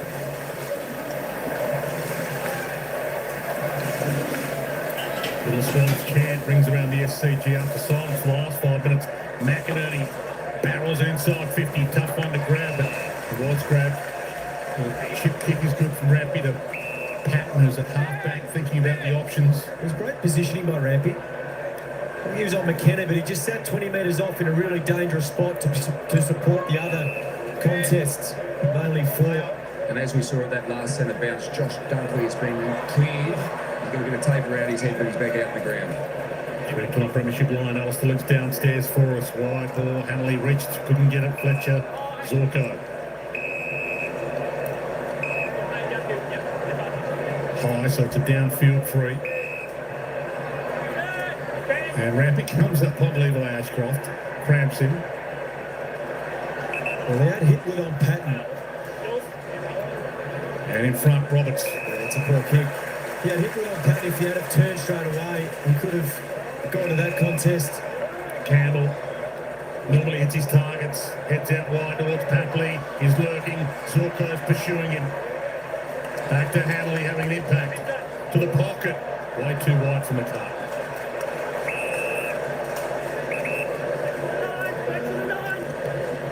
Dean Cox, as I mentioned, takes over from Swans' longest serving coach in history, John Longmire, 14 seasons, 333 games. This game 2 for Dean Cox as coach, but knows these players well. Long-time assistant to John. Melican. Double-fisted a few of those away last week to his detriment, and turns it over to Wilmer. Lions players filled the holes. Leicester. Whistle. So Morris under this, can he get up? Ball to the back, McKenna, that was clever, and it might still work for Archie. Can he pounce? Wicks is coming at him.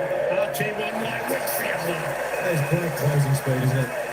An absolute commitment to the hips, not going to look at anywhere else, and a couple of great defensive efforts. Wicks there, and the one on the far side with Rampy, who actually pressed on the mark. You often see players on the mark collapse now, but that was able to make a significant difference. Big, hard collision. Body's going in as you'd expect. There's a bit on the line now. Heaney. Good technique from both Foreign and Starcevic on that account. You don't often see that. You know, you've got to protect your own head, so they both go in sideways, hip to hip, shoulder to shoulder. Amadi gets rid of Fort. Gets rid of the Sharon with a roller. Leicester caught, hands and knees. He's saddled up. I think we will see a lot of repeat stoppages. Brisbane have sent 2 high half forwards up to clock their front of the stoppage, and the Sydney Swans doing the same on the other end. So a lot of numbers around the contest. Fought with the slab, and it'll be McInerney's free, although Font's allowed to play on to advantage. Spears it to McCartan. It skips to him, and we're going to take that because they have to. Who do you reckon that's working for most, Geordie? I don't think it's an advantage to any side, to be honest. I think maybe Sydney were worried about the contested stuff of Brisbane of the first half, so trying to send up those players, empty out their own forward 50. Ashcroft dropped it. It worked. A wobbler from Duckley's boot. The umpire said it was dropped. It's a free kick to Robo on the tackle machine. The ball only had to move up 25 metres and Brisbane went with 6 forwards. Amadi in the pocket. Slapped away. Ball in. Just talking to Lockie Neal before the game. In jest, he said, I hope I've still got it. Which is how you feel. He said that to me as well. Every time you go into round 1, but I dare say he would have said that every round 1. Yeah. I don't think he would have been sitting or thinking that he was going to sit on 6 touches halfway through the third quarter, though. Fought, buffeted out of it. 4-time All-Australian Lockie Neal asking the question if I still got it. 2 Brownlows. It took me aback, but it just shows no matter how good you are, you still have self-doubt and you still need the evidence. Warner, he's got it. He threw it. He had it, but he lost it because he threw it. So Dunkley's got it now. Game on a nice edge at the moment. 2-point game. Billy Foran doing the work with Lockie Neal here down the field. Well, it's got to be a free kick to Lockie Neal. He's got to be able to run. So Rayner has been given a free kick against for an unrealistic attempt. He got close. It's turned into a really messy game really quickly. So if you can put 3 or 4 disposals together, you're pretty much going to score. Leicester cuts that off. So the outlet kick, if he hits it well, it's going to travel its way towards Zorko. He goes with a slap on and makes a Starcevich's problem. Hunted down by Campbell. Pressure on the kick. Got a wide to Zorko. Tapley holds him up. Zorko inside. He goes to Big Darcy. Berry calls him out. Says, I've got it covered. I better kick than you. To Leicester. Just the required 15. It's getting a little bit messy at the moment by both sides. The ground is so big. It's so well spread. There's so many gaps. If you can just take a breath and hit the next best option, you can find a way through the midfield and probably get really easy opportunities to score. But 3 or 4 touches together is more difficult than it sounds. Berry winds up. Pulls it short. Morris couldn't get there, and Melican does. So many intercept possessions in there by hand or by foot. Morris got one to the face earlier. He hasn't quite been the Logan Morris that he was last year. Today, Warner got up there. Harris Andrews held his ground. Payne in the meantime. What was it in the Hipwood direction? Manhandled out of it. Ball hits the deck. Huge ball to win. Wicks won it. Handball smothered. Pickup was good by Eric, but then the handball not so. Handball reset. Morris did cut one on the end of the chin to start the match. And it's a little bit about growth and maturity, about handling whatever is thrown at you to be able to control the things that you can control. Well, no one threw anything at anyone else more than they threw at Logan Morris last year. They pulled him out of a Macca's drive-through to become an AFL star. Fletcher. Bomb. Hipwood. Flowers. Off hands. Lloyd. Dangerous, but it might work. Down the spine it wobbles. Payne got there first. McCartan wrapped him. Didn't look like a kick from here. Umpire cutting some slack. Corey Warner keeps it rolling. Wilmot picked his pocket and pokes it back the other way. Levi Ashcroft. Wilmot smothered from Roberts. Ricochets in the air. Foran with a double fist. McInerney to collect. Sonny's face looked up. He had Chad Warner. He's got Hayward. He bounces and ignores McCartney. Wobbler inside. Chad Warner's got it. He looks at Answorth and says, I've got you covered. No, I haven't. There's another mistake by Hayward as well. I think it's Berry on the wing who's still down.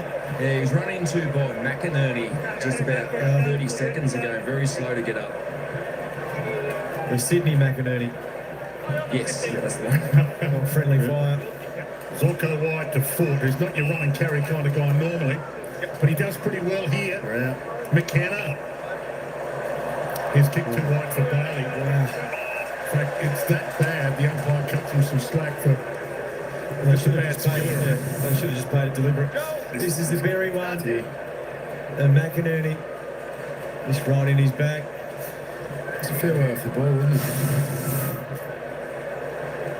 We're not in the coach's box, but it'd be quite frustrating or on the bench. It's all the basic errors being made. Fatigue might become a factor as well. It is a hot afternoon. Roy Warner puts the Jets on. McCartan can't mark it. Hits the deck. Lester the collect. Inboard. Fletcher's handball cut off. Ricochet. Roberts. 3 jump on him. The gang mauled it. Levi Ashcroft. No mark played. I thought he held that line off ramp. He brought it to ground. Berry to finish it all off. Hands it up instead. Will Ashcroft. No. Zach Bailey's just standing in the forward pocket there. And I'm sure, I think Ashcroft saw him, but he thought, this is a better option for me. I'm actually just going to finish this. Have a shot. But he didn't. Yep. So it's the wrong decision. Zorko. He shakes. He kicks. Can he go? The inspirational Great Dane. That next goal was always going to be really important, wasn't it? We're basically watching a table tennis match here. It's going left to right, left to right. I think it just gives the players a chance to settle down and have a break.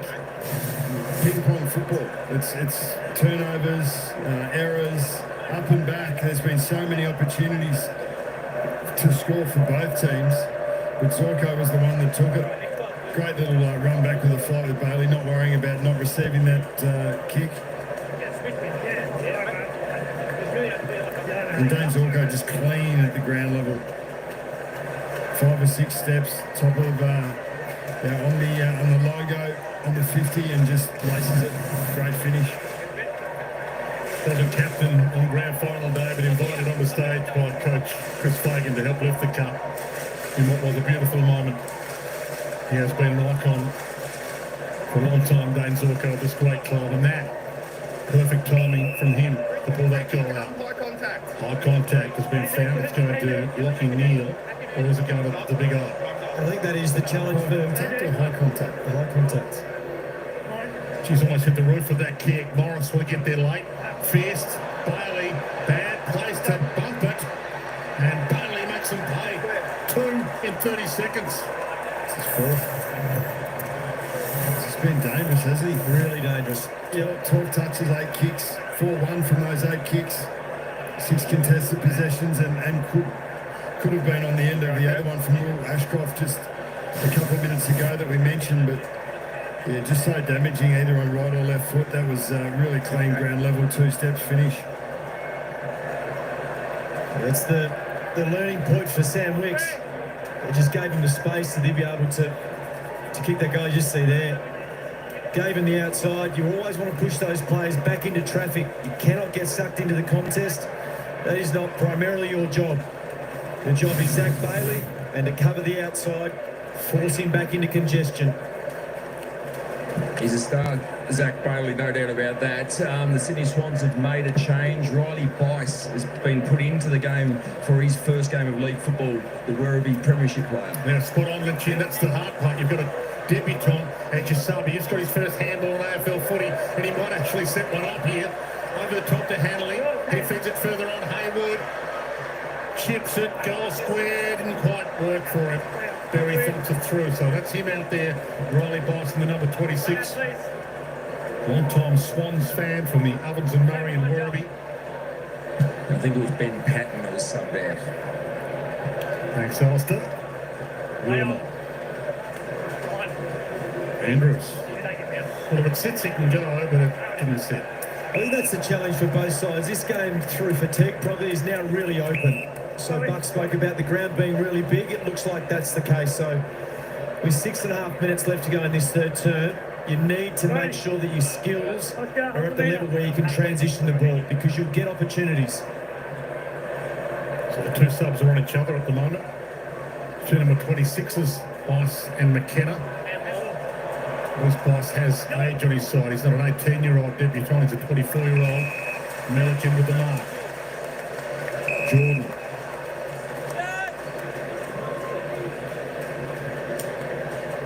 Hot afternoon. The last patches of sunshine. And he drives it long. And Marty's up there. Ball scoots to the back. Well, that's the man you need to be aware of, Harris Andrews.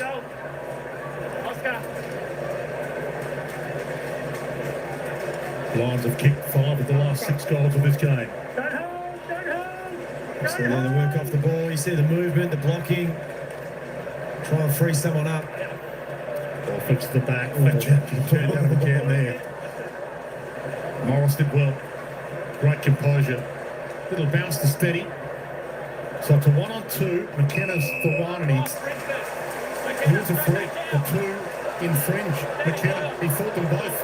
Heads long. He's got Rayner over the back. Needs a little roll. Bailey couldn't trap it, and if he can't trap it, no one can. He's been the star of the show with 4 goals. Good body contact there off the ground. It's a bit of an art that when you're trying to protect space for another teammate. You want to do enough to allow them to go and take the mark, but not enough to give a free kick away, and Boyce just got it a little bit wrong there. McInerney and Heaney got each other's way a little. Fly turned it over, Berry. Hard ball to win. Heaney a little knock on. He's driven to the deck.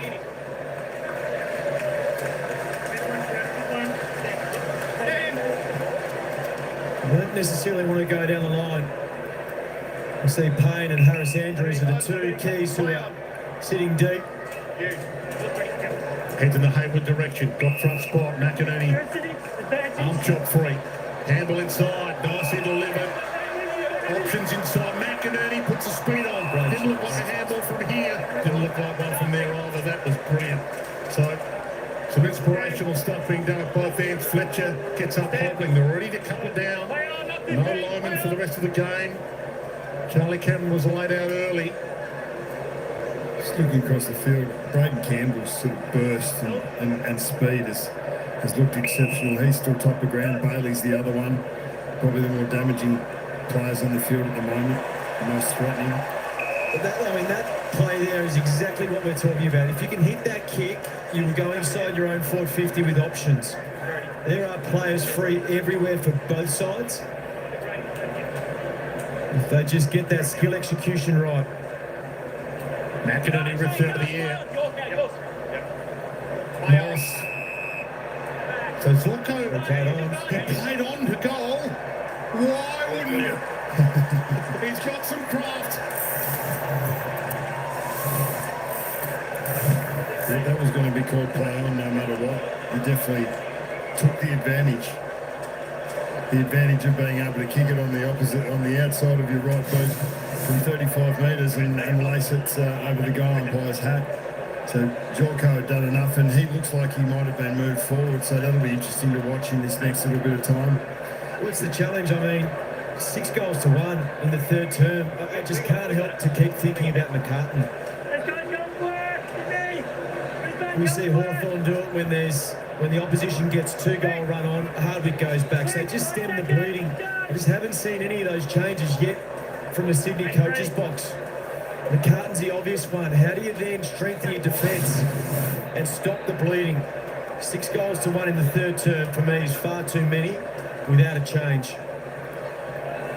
And is it an admission from the coach that maybe the McCartan move forward? It doesn't matter. I just think Still got to win the game. Yeah, you still got to win the game. You still got to make decisions on the run that are for the better for the team. Jordan feeds it further forward. Wilmot with a fierce. Starcevic speeds his way through the cracks. Heads long. Morris gets there for the skip. Couldn't quite collect it.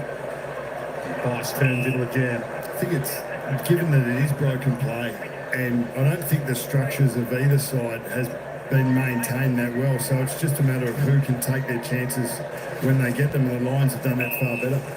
It's only 13 inside 50s, or 14 now to Brisbane to 11, so Sydney have had enough supply as well, but they've only kicked the 1 goal to Brisbane 6. Well, I found a free here. He's gone to full forward. He's almost one out in the goal square for the Swans. With the Carlton centre half forward. Row bottom. Clear out, Matt. Cam. 3:20 left in the third. Hayward with some space. Didn't really want to use it initially, and now just chews up some time. He put the clutch in and then missed his target. And all his kicks today have dropped short. Answorth, pretty early engagement by Rampy, got rid of his man. So the 1-2 is on here. Bice, the debutant, 24-year-old. Couple of twists and turns. That didn't look convincing. Rampy gives it back to him. Can he hit a target here? Touched. McInerney.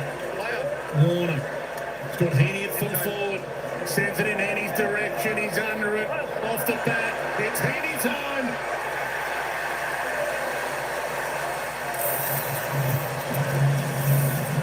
Tom McCarthy was involved in that, and he did cause the spill. He was the one that had his hands to it, and it went over the back. And I suppose at the very least, what he's doing is keeping an intercept player like Harris Andrews busy on pain in this instance. But to get back and then he's so dangerous, whether he's in the midfield or forward, they're those damaging players that seem to create opportunities and finish opportunities when other players would not be able to do so.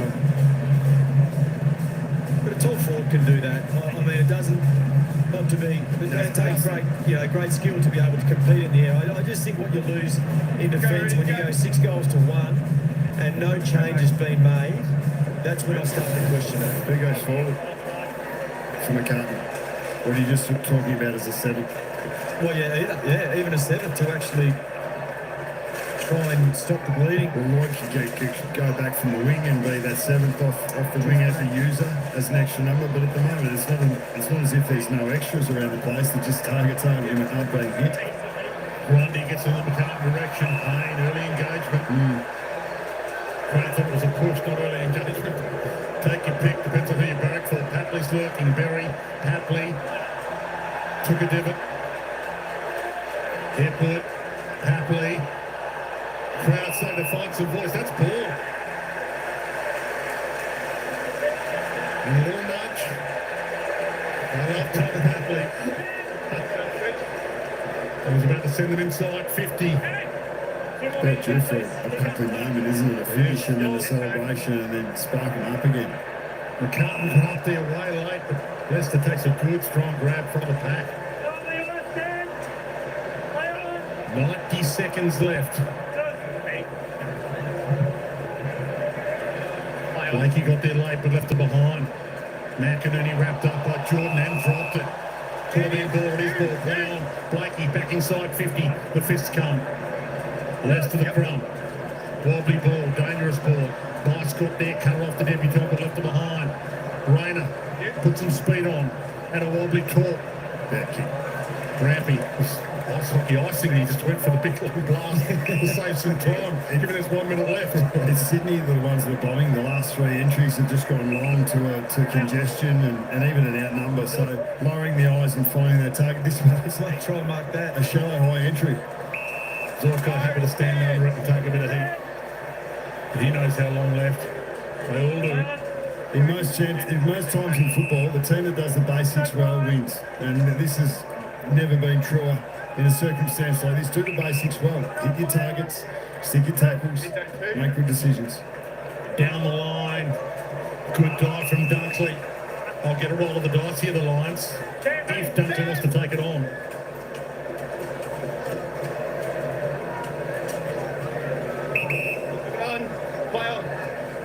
Umpire tells him to move it on. Blakey's lurking from 5 deep. Massive pack. Zork underneath, plucked it on the run. Hayward holds it up. Good move, Zorko forward. Gives Fagan 9th season as coach. Premiership coach, Fort. Rich out of the air. Short kick. Rampy told to go. Play on. Campbell, Wicks, Lloyd, Siren. Sydney's seen this movie before. The Lions are coming at them hard at home. Trial most of the afternoon, Brisbane, with a lead by 10 with a quarter to play. 10-10-70 to 9-6-60.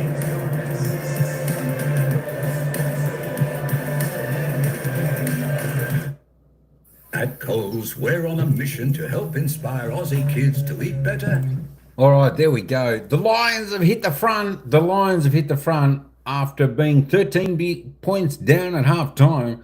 The Lions 10 points in front going into the final quarter. Of course, Sydney could only manage 2 goals 3, but the Brisbane Lions 6 goals 2, kicking straight. Class is starting to come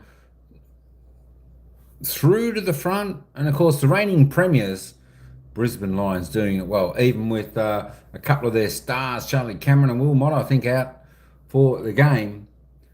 Some of their big stars are starting to turn it on.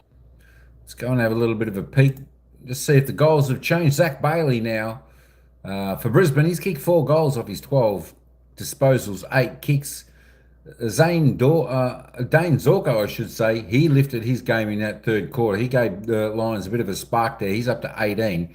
He's kicked a goal. Logan Morris, Oscar McInerney, and of course Eric Hipwood, Darcy Fort, and Callum Machig, the other single goal scorers for Brisbane. For Sydney, Corey Warner, Braden Campbell, 2 goals apiece for them. Chad, the Jad, he's kicked 1. Tom Martin, Jakey Lloyd.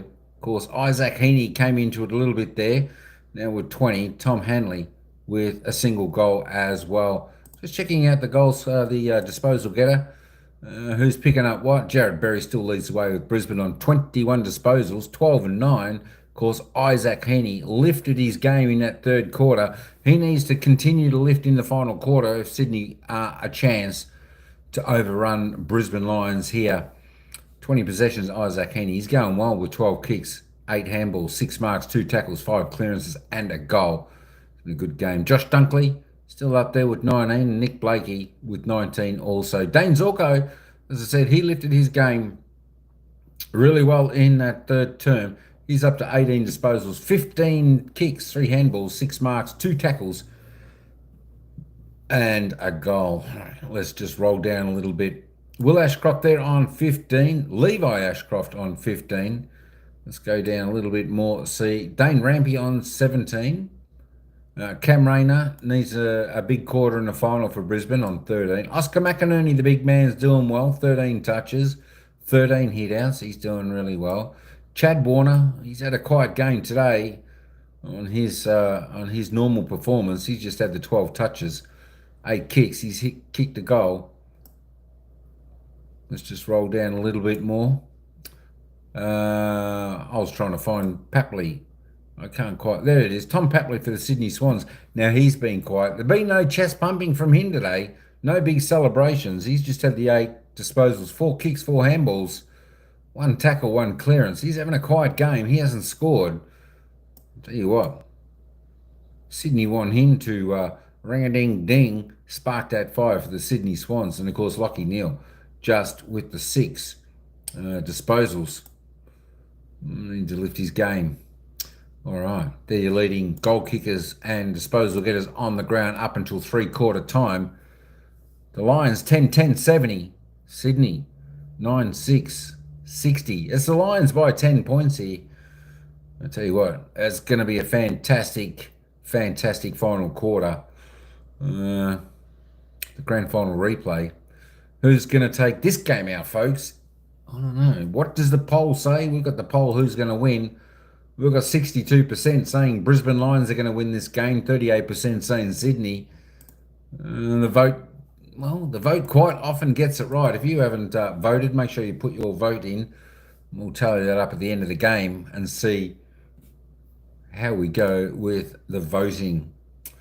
All right, we are only 1 minute away from the final term here, the bounce of the ball.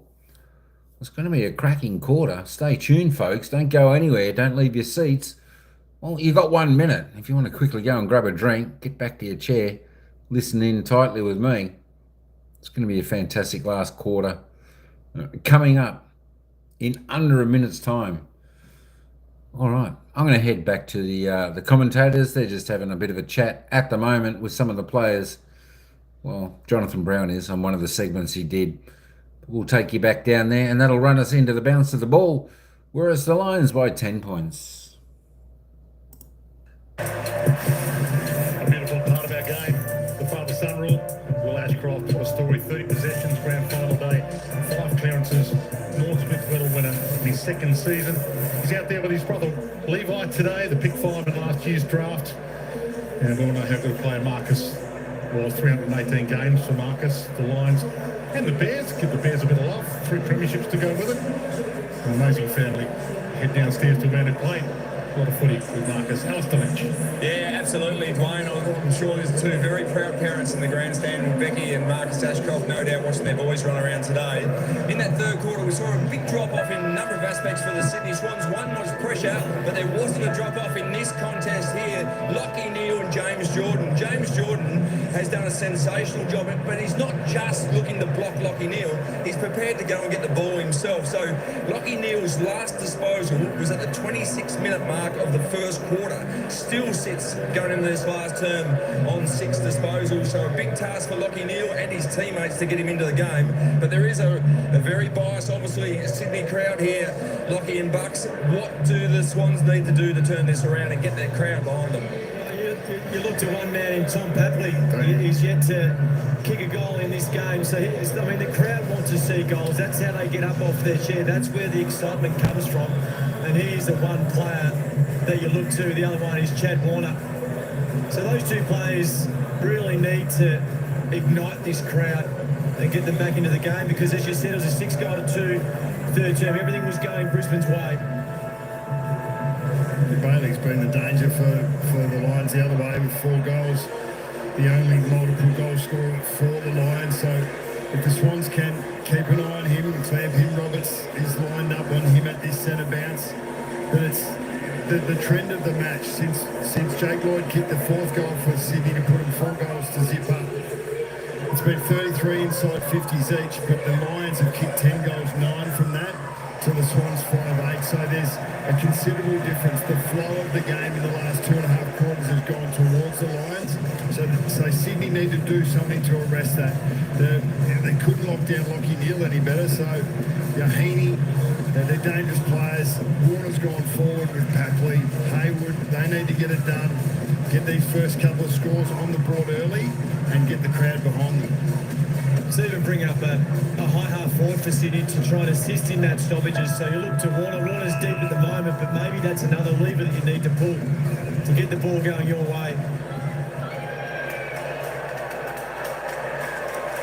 Final term about to get underway. The grand final rematch. Head-to-head again after being head-to-head in the last game of last season. And Zorko blasts it long. He got plenty on that. Early rise, Archie. And then takes the mark. Chip kick wide, Blakey.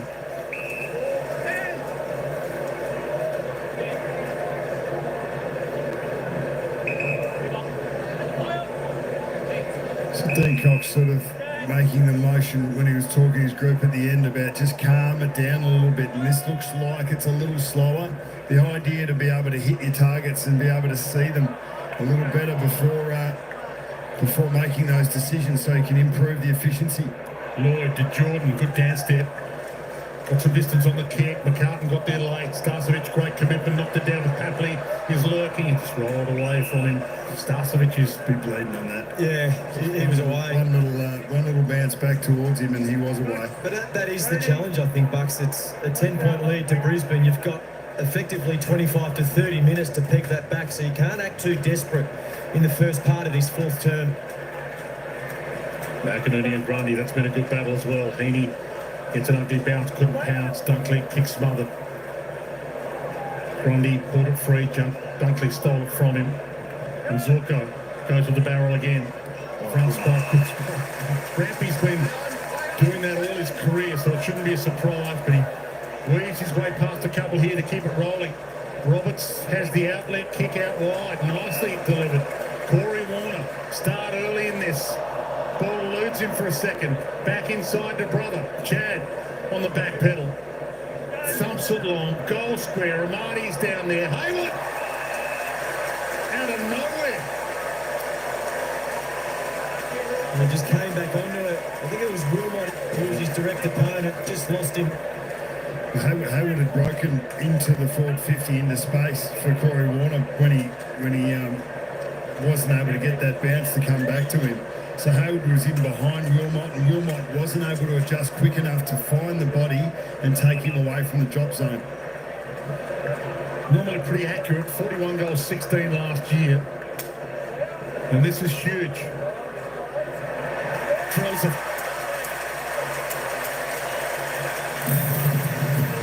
Let's have a look at the Bunnings build up to that. Such an important finish.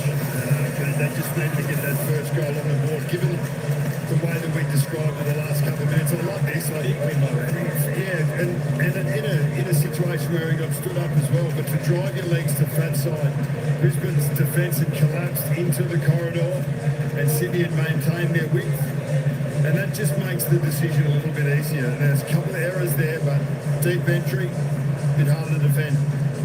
Yeah, he just got in behind Wilmot, didn't he? And Wilmot couldn't have been any more aggressive, because if he had have stopped Hayward getting to the drop of the ball, it would have been a free kick anyway. Just in a really vulnerable position, being in front, 2-3 metres in front. Magnificent conditions now. Sun's floated on a beautiful afternoon. It's come down to this. Heaney, Dunkley, Neil gets a touch. Big Oscar, thumps it. Well read again by Hamling. It's been good. It's good to be able to bring a premiership player in for a first gamer. And that's what they've done with Joel Hamling. Good here. Well, this is his opportunity. There's a few out that probably play in that position.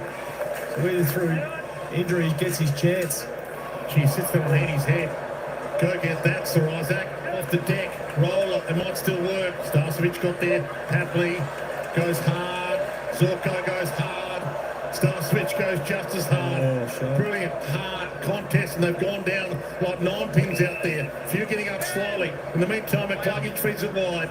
Starcevic does not go down easy. Levi Ashcroft, long. Could Morris get there? He does, and he protected the drop zone on Milliken nicely. Showed him his full back, and then took the grab. It was like he knew something happened straight away, Starcevic. He looks pretty distressed, doesn't he? Well, he's had some concussion issues the last 2 years. Let's hope it's not that. He was concussed a few weeks ago and wouldn't have played last week if the Lions are up in their season against the Cats as they were expected to at the Gabba. Head-to-head there with McInerney, and he stayed down for a little bit as well.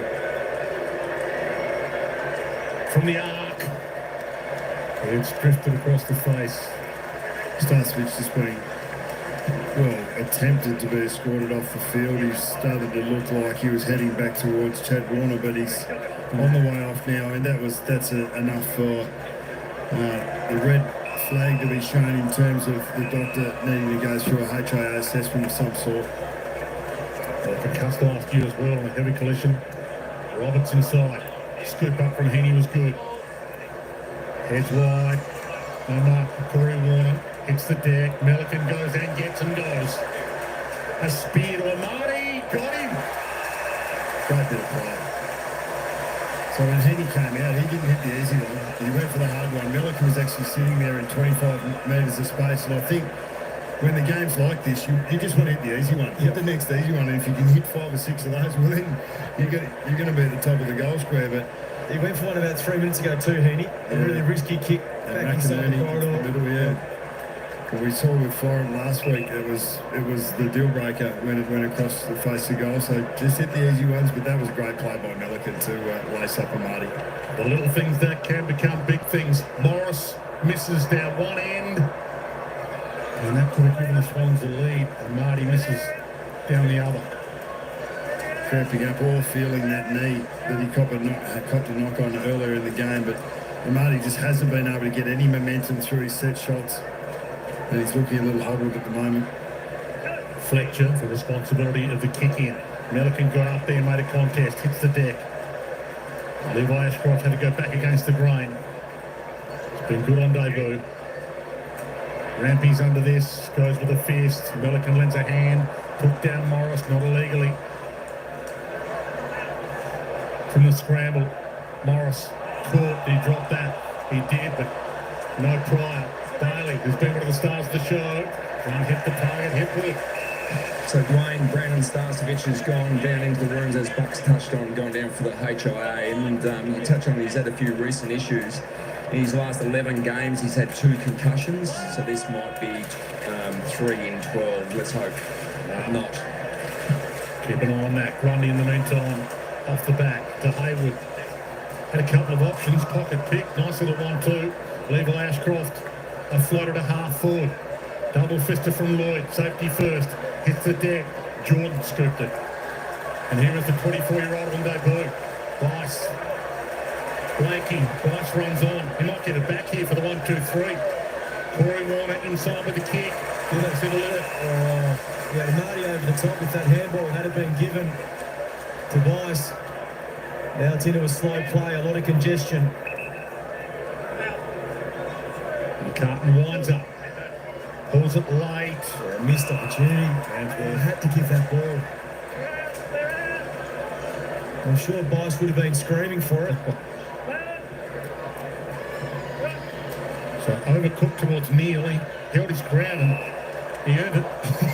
Jordan just made him earn that. Still need to take the game on if you're Brisbane. Turn to the kicks, the way you move the ball.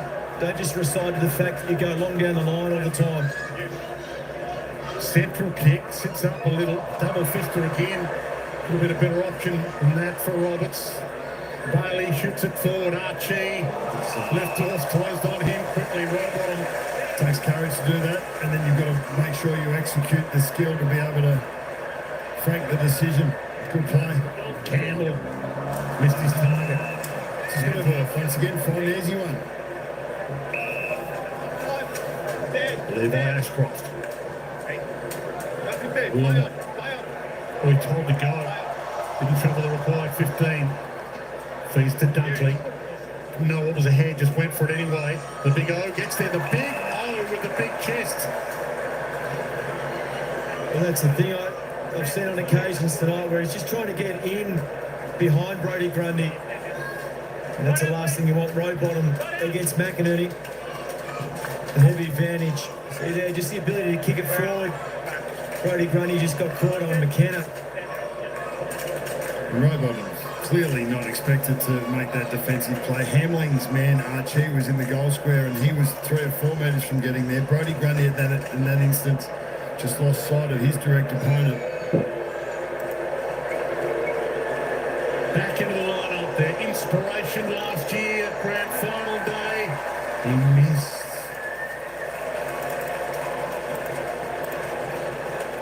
Chris Fagan. What about the Avatar program that the Swans have got going? So this is a mini Blakey Bice, and we've got a mini Papley in. I like it. He's still going. Roberts. Back to him. Here goes Bice. He wants to fly by. Hanley. Bice might get it back here. Through his legs, Rommel. Superb. Little party trick to Berry in the meantime. He overcooked that, although out of bounds might work for them. Deliberate. He looked it from here. How'd you get away with it? Yeah, that correct strike. It's a clever kick to grass. Just get the chance to go down and try and create something in the forward 50. Just see here all the Brisbane players lining up defensively. They're just getting a wave towards goal. Grundy thought does the right work against him. Both got a little piece of it. Grundy tried the secondary slap on. Levi Ashcroft fed it off. Berry around his body, hits a pretty good spot. Fort's under it. 3 come at him. Thump. Hammered away. McCartan lending a hand in defence. Berry against the boundary. Turns it over to Wixel, does he? Wicks a little fumble. Trouble now. And a brilliant smother. Zorko keeps it in the area.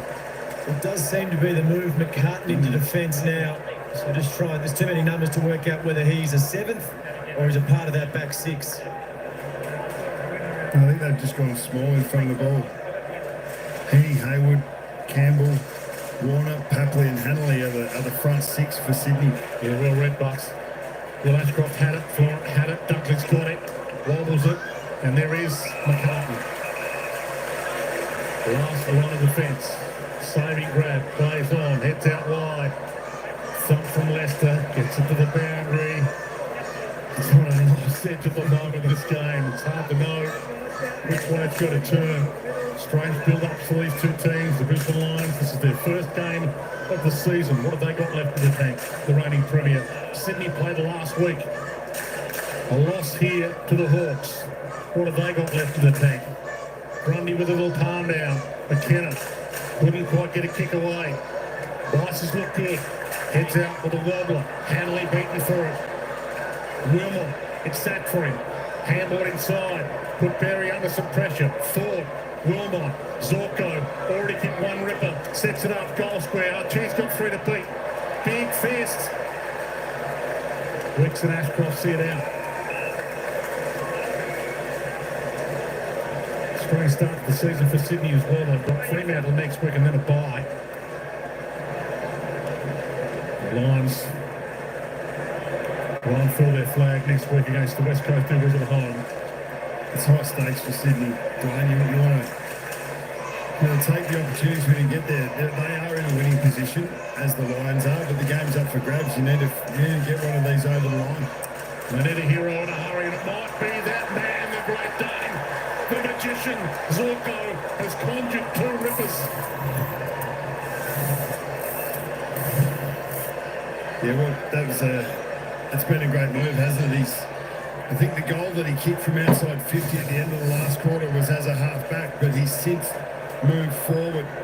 Probably would have had a shot on goal if it wasn't for Logan Morris playing on and kicking the goal on the outside of his right foot, but this one was really a great play by Archie to trap the ball, quick hands, and then a finish by Zorko. Bucks, you mentioned the great work here from Cal Archie, but now he's just limped from the ground with what appears to be a right ankle issue. So they really struggled to get from the ground, but he set up an important goal there for Dane Zorko. Just keeps on the move, doesn't he? There's quite a bit of remonstration with Sydney players trying to work out exactly what their structure is. McInerney has run through the centre square to get back forward for 6-6-6. McCartan is in the back 50. Interesting to see where this settles in the next 2 or 3 minutes. Yeah, Campbell's playing forward, essentially out of the square. Heaney heading in the wrong direction. Warner packed it on the moonwalk back and then spirals it inside 50. Hayward couldn't get there for the trap. There is Campbell, scoops it up. McInerney, well, that'll work. Is it allowed? Play on advantage, is it or not? Around the body, Corey Warner. Is it toss?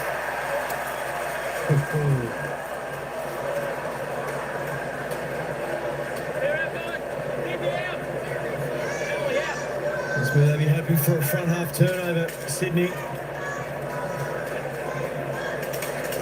Flora. Good solid grab back. Well, this is where they need to be careful. You can still change the angles. You just don't want to bomb it back inside the forward 50 to the Brisbane defenders. He sits it up. McInerney's not a leaper normally. He's a crummer, although Hayward is about to pounce. Dropped. Still a chance for Warner.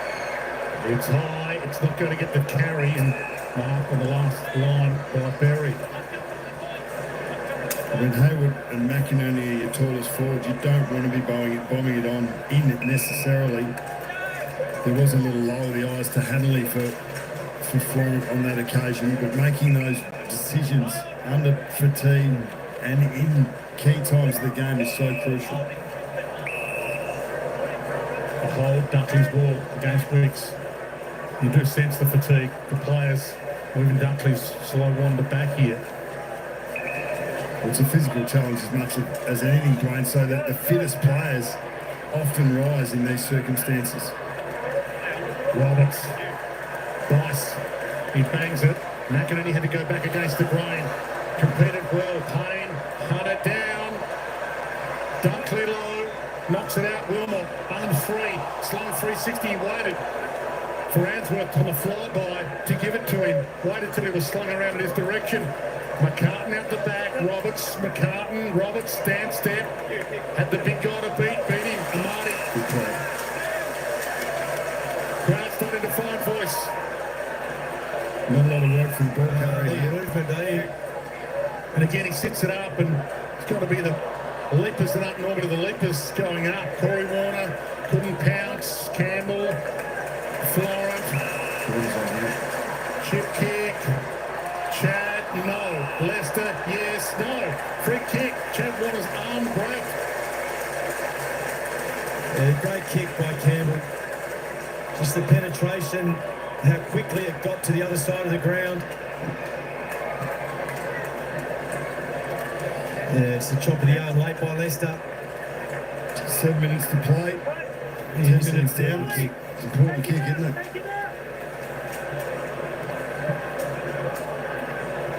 Swans keen to sign him long term. One of the rising superstars of the competition. Sends it goalwards. Got it.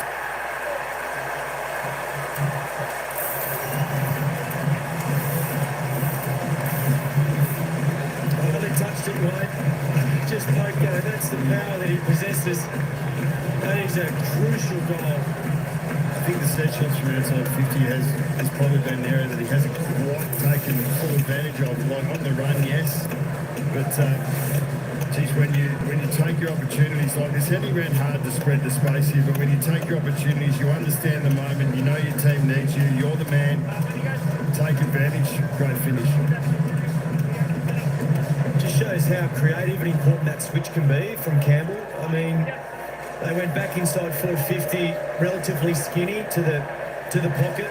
The switch just opens it up, allows Warner to discover the space and then be able to make a move to go into it. This is when you can hear the Sydney crowd up and about now. Hope you can feel that coming through your television sets at home. It's on now. Ashcroft quick to McCluggage. Neil, it's had a quiet afternoon at the office, but look out if he starts getting a touch or two. And Bryce has looked okay. Yeah, he's looked good. The 24-year-old on debut. Marty looked around, he knew that there was a bit of trouble. Neil, Berry, scooped away to McCluggage. Chipped wide to Archie, who came off and is back on. Marty had to find a way to get back there. It was only a step and a half. But these are the moments in games that really matter, and ultimately the Lions end up with a set shot inside forward 50. And we just had to commit, didn't he? Commit his body. That's what's required in those moments. He hurt the Swans grand final day, one of the unsung grand final heroes, Callum Archie. 4 goals on the biggest day of his life. Can he nail this? He sails it long. It's across the face. David O'Ryan.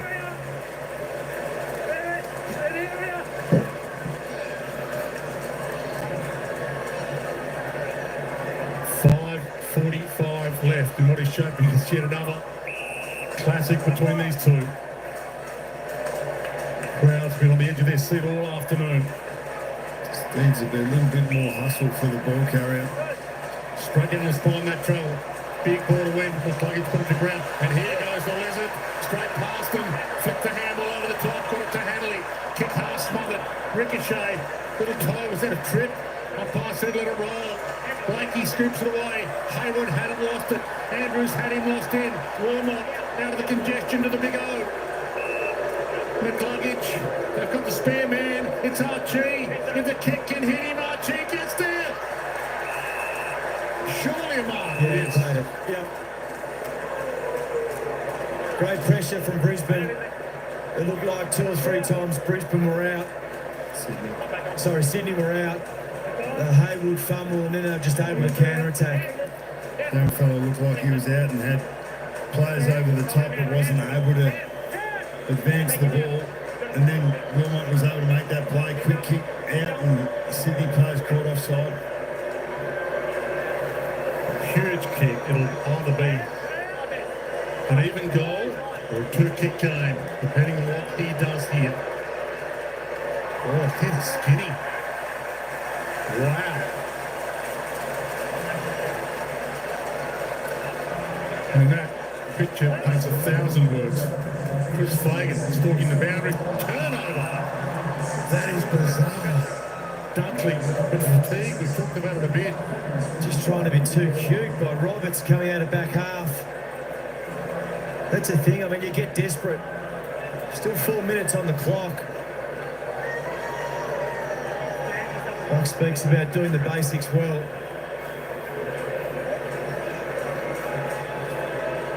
Going to start Josh Dudley his whole career. 2 premiership play now. Dogs and the Lions.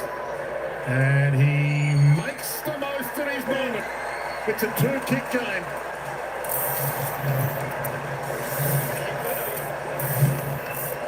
It was a gift. It was a gift to Josh Dunkley by Roberts, just coming out of back half, just trying to be too cute. You can see here, looking long, looking short.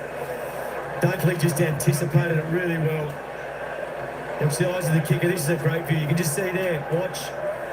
Teased him to come back inside. Miskicked it. He might have something similar early last week, I think. It's not a great position to be in. Roberts. Yeah, I mean, there's so much responsibility that comes with being the guy with the ball in your hand from a kick out. One mistake, and that's exactly what happens. It goes to the opposition in a scoring opportunity. I don't think the short option was wrong.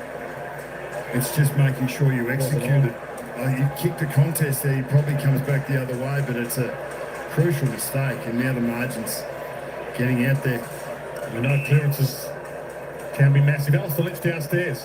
Yeah, the good news is that on the scoreboard for the Brisbane Lions, the bad news is the medical room again. So Brandon Starcevic has been ruled out of the game with he's failed his HIA. So as we've touched on, that's his third concussion issue in the last 11 of the 12 games that he's played.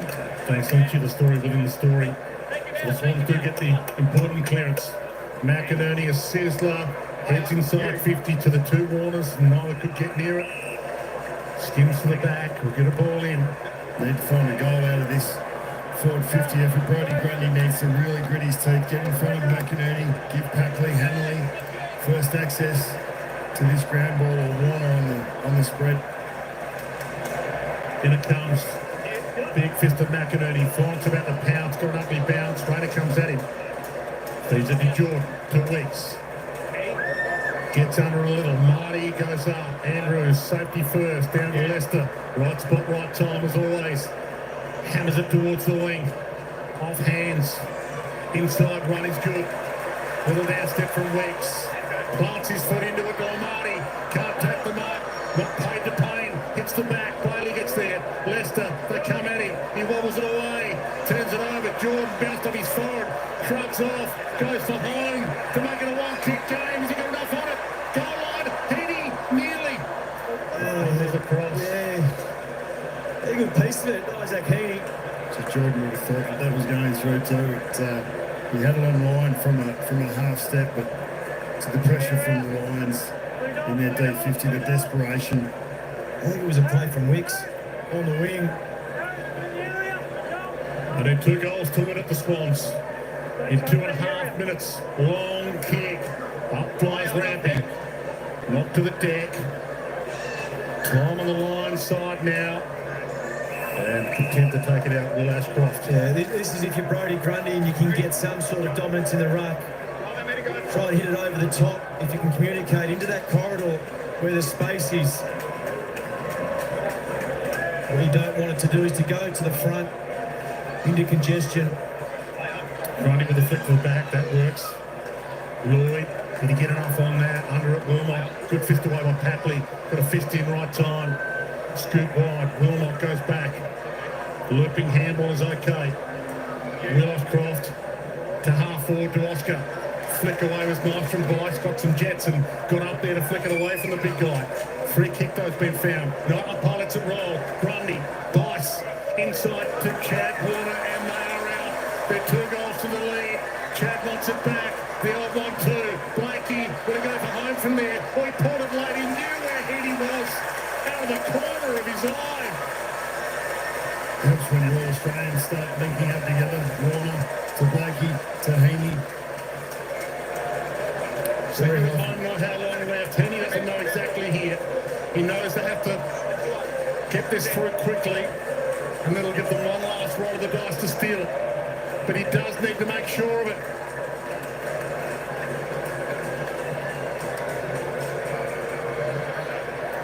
There he does. Yeah, wow! 1 minute, 1 goal.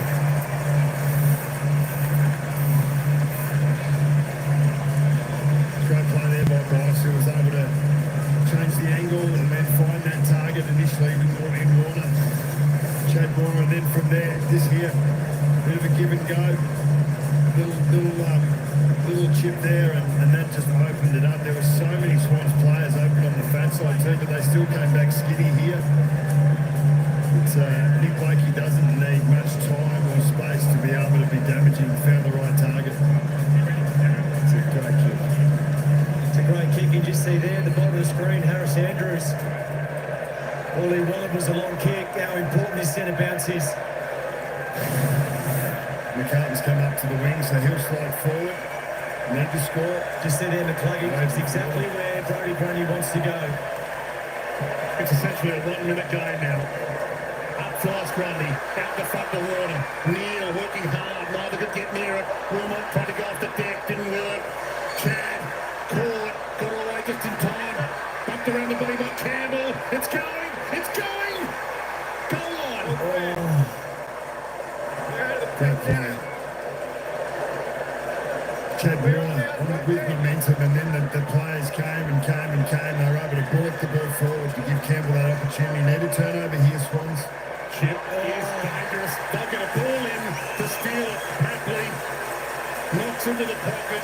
40 seconds for the big steal for the Swans. Once again, tap over the back. I think for Brody Grundy, if you can manufacture that, get someone running into that channel, that's the hit. Either that or one to the boundary. Maybe a quick clearing kick from the Lions is their best opportunity as well. Henny couldn't quite. Happily Bales got out. Oscar got a kick away, a little roller. Seconds continue to run. Eric comes up to lend a hand. Left it behind. Bailey's been fantastic. Lloyd. Umpire says high. Morris. And the seconds will roll here. Morris, if he's clever enough, can mop the rest of them up.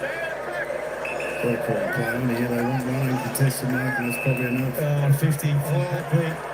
Yeah. Just too close. Got told a couple of times to pull back. I like the idea, though. The crowd about to find out. This one has slipped from their grasp. Swans kicked the first 4 goals of this game. But the Lions have done it to them again.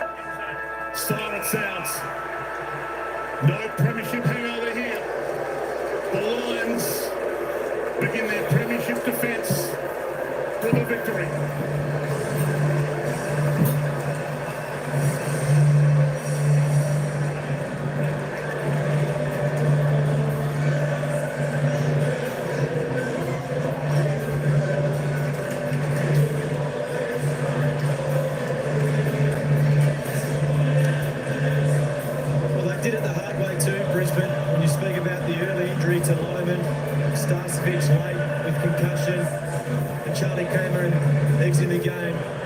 Didn't even start the game through a tight calf. So it's a brave victory, first game of the season for the Brisbane Lions.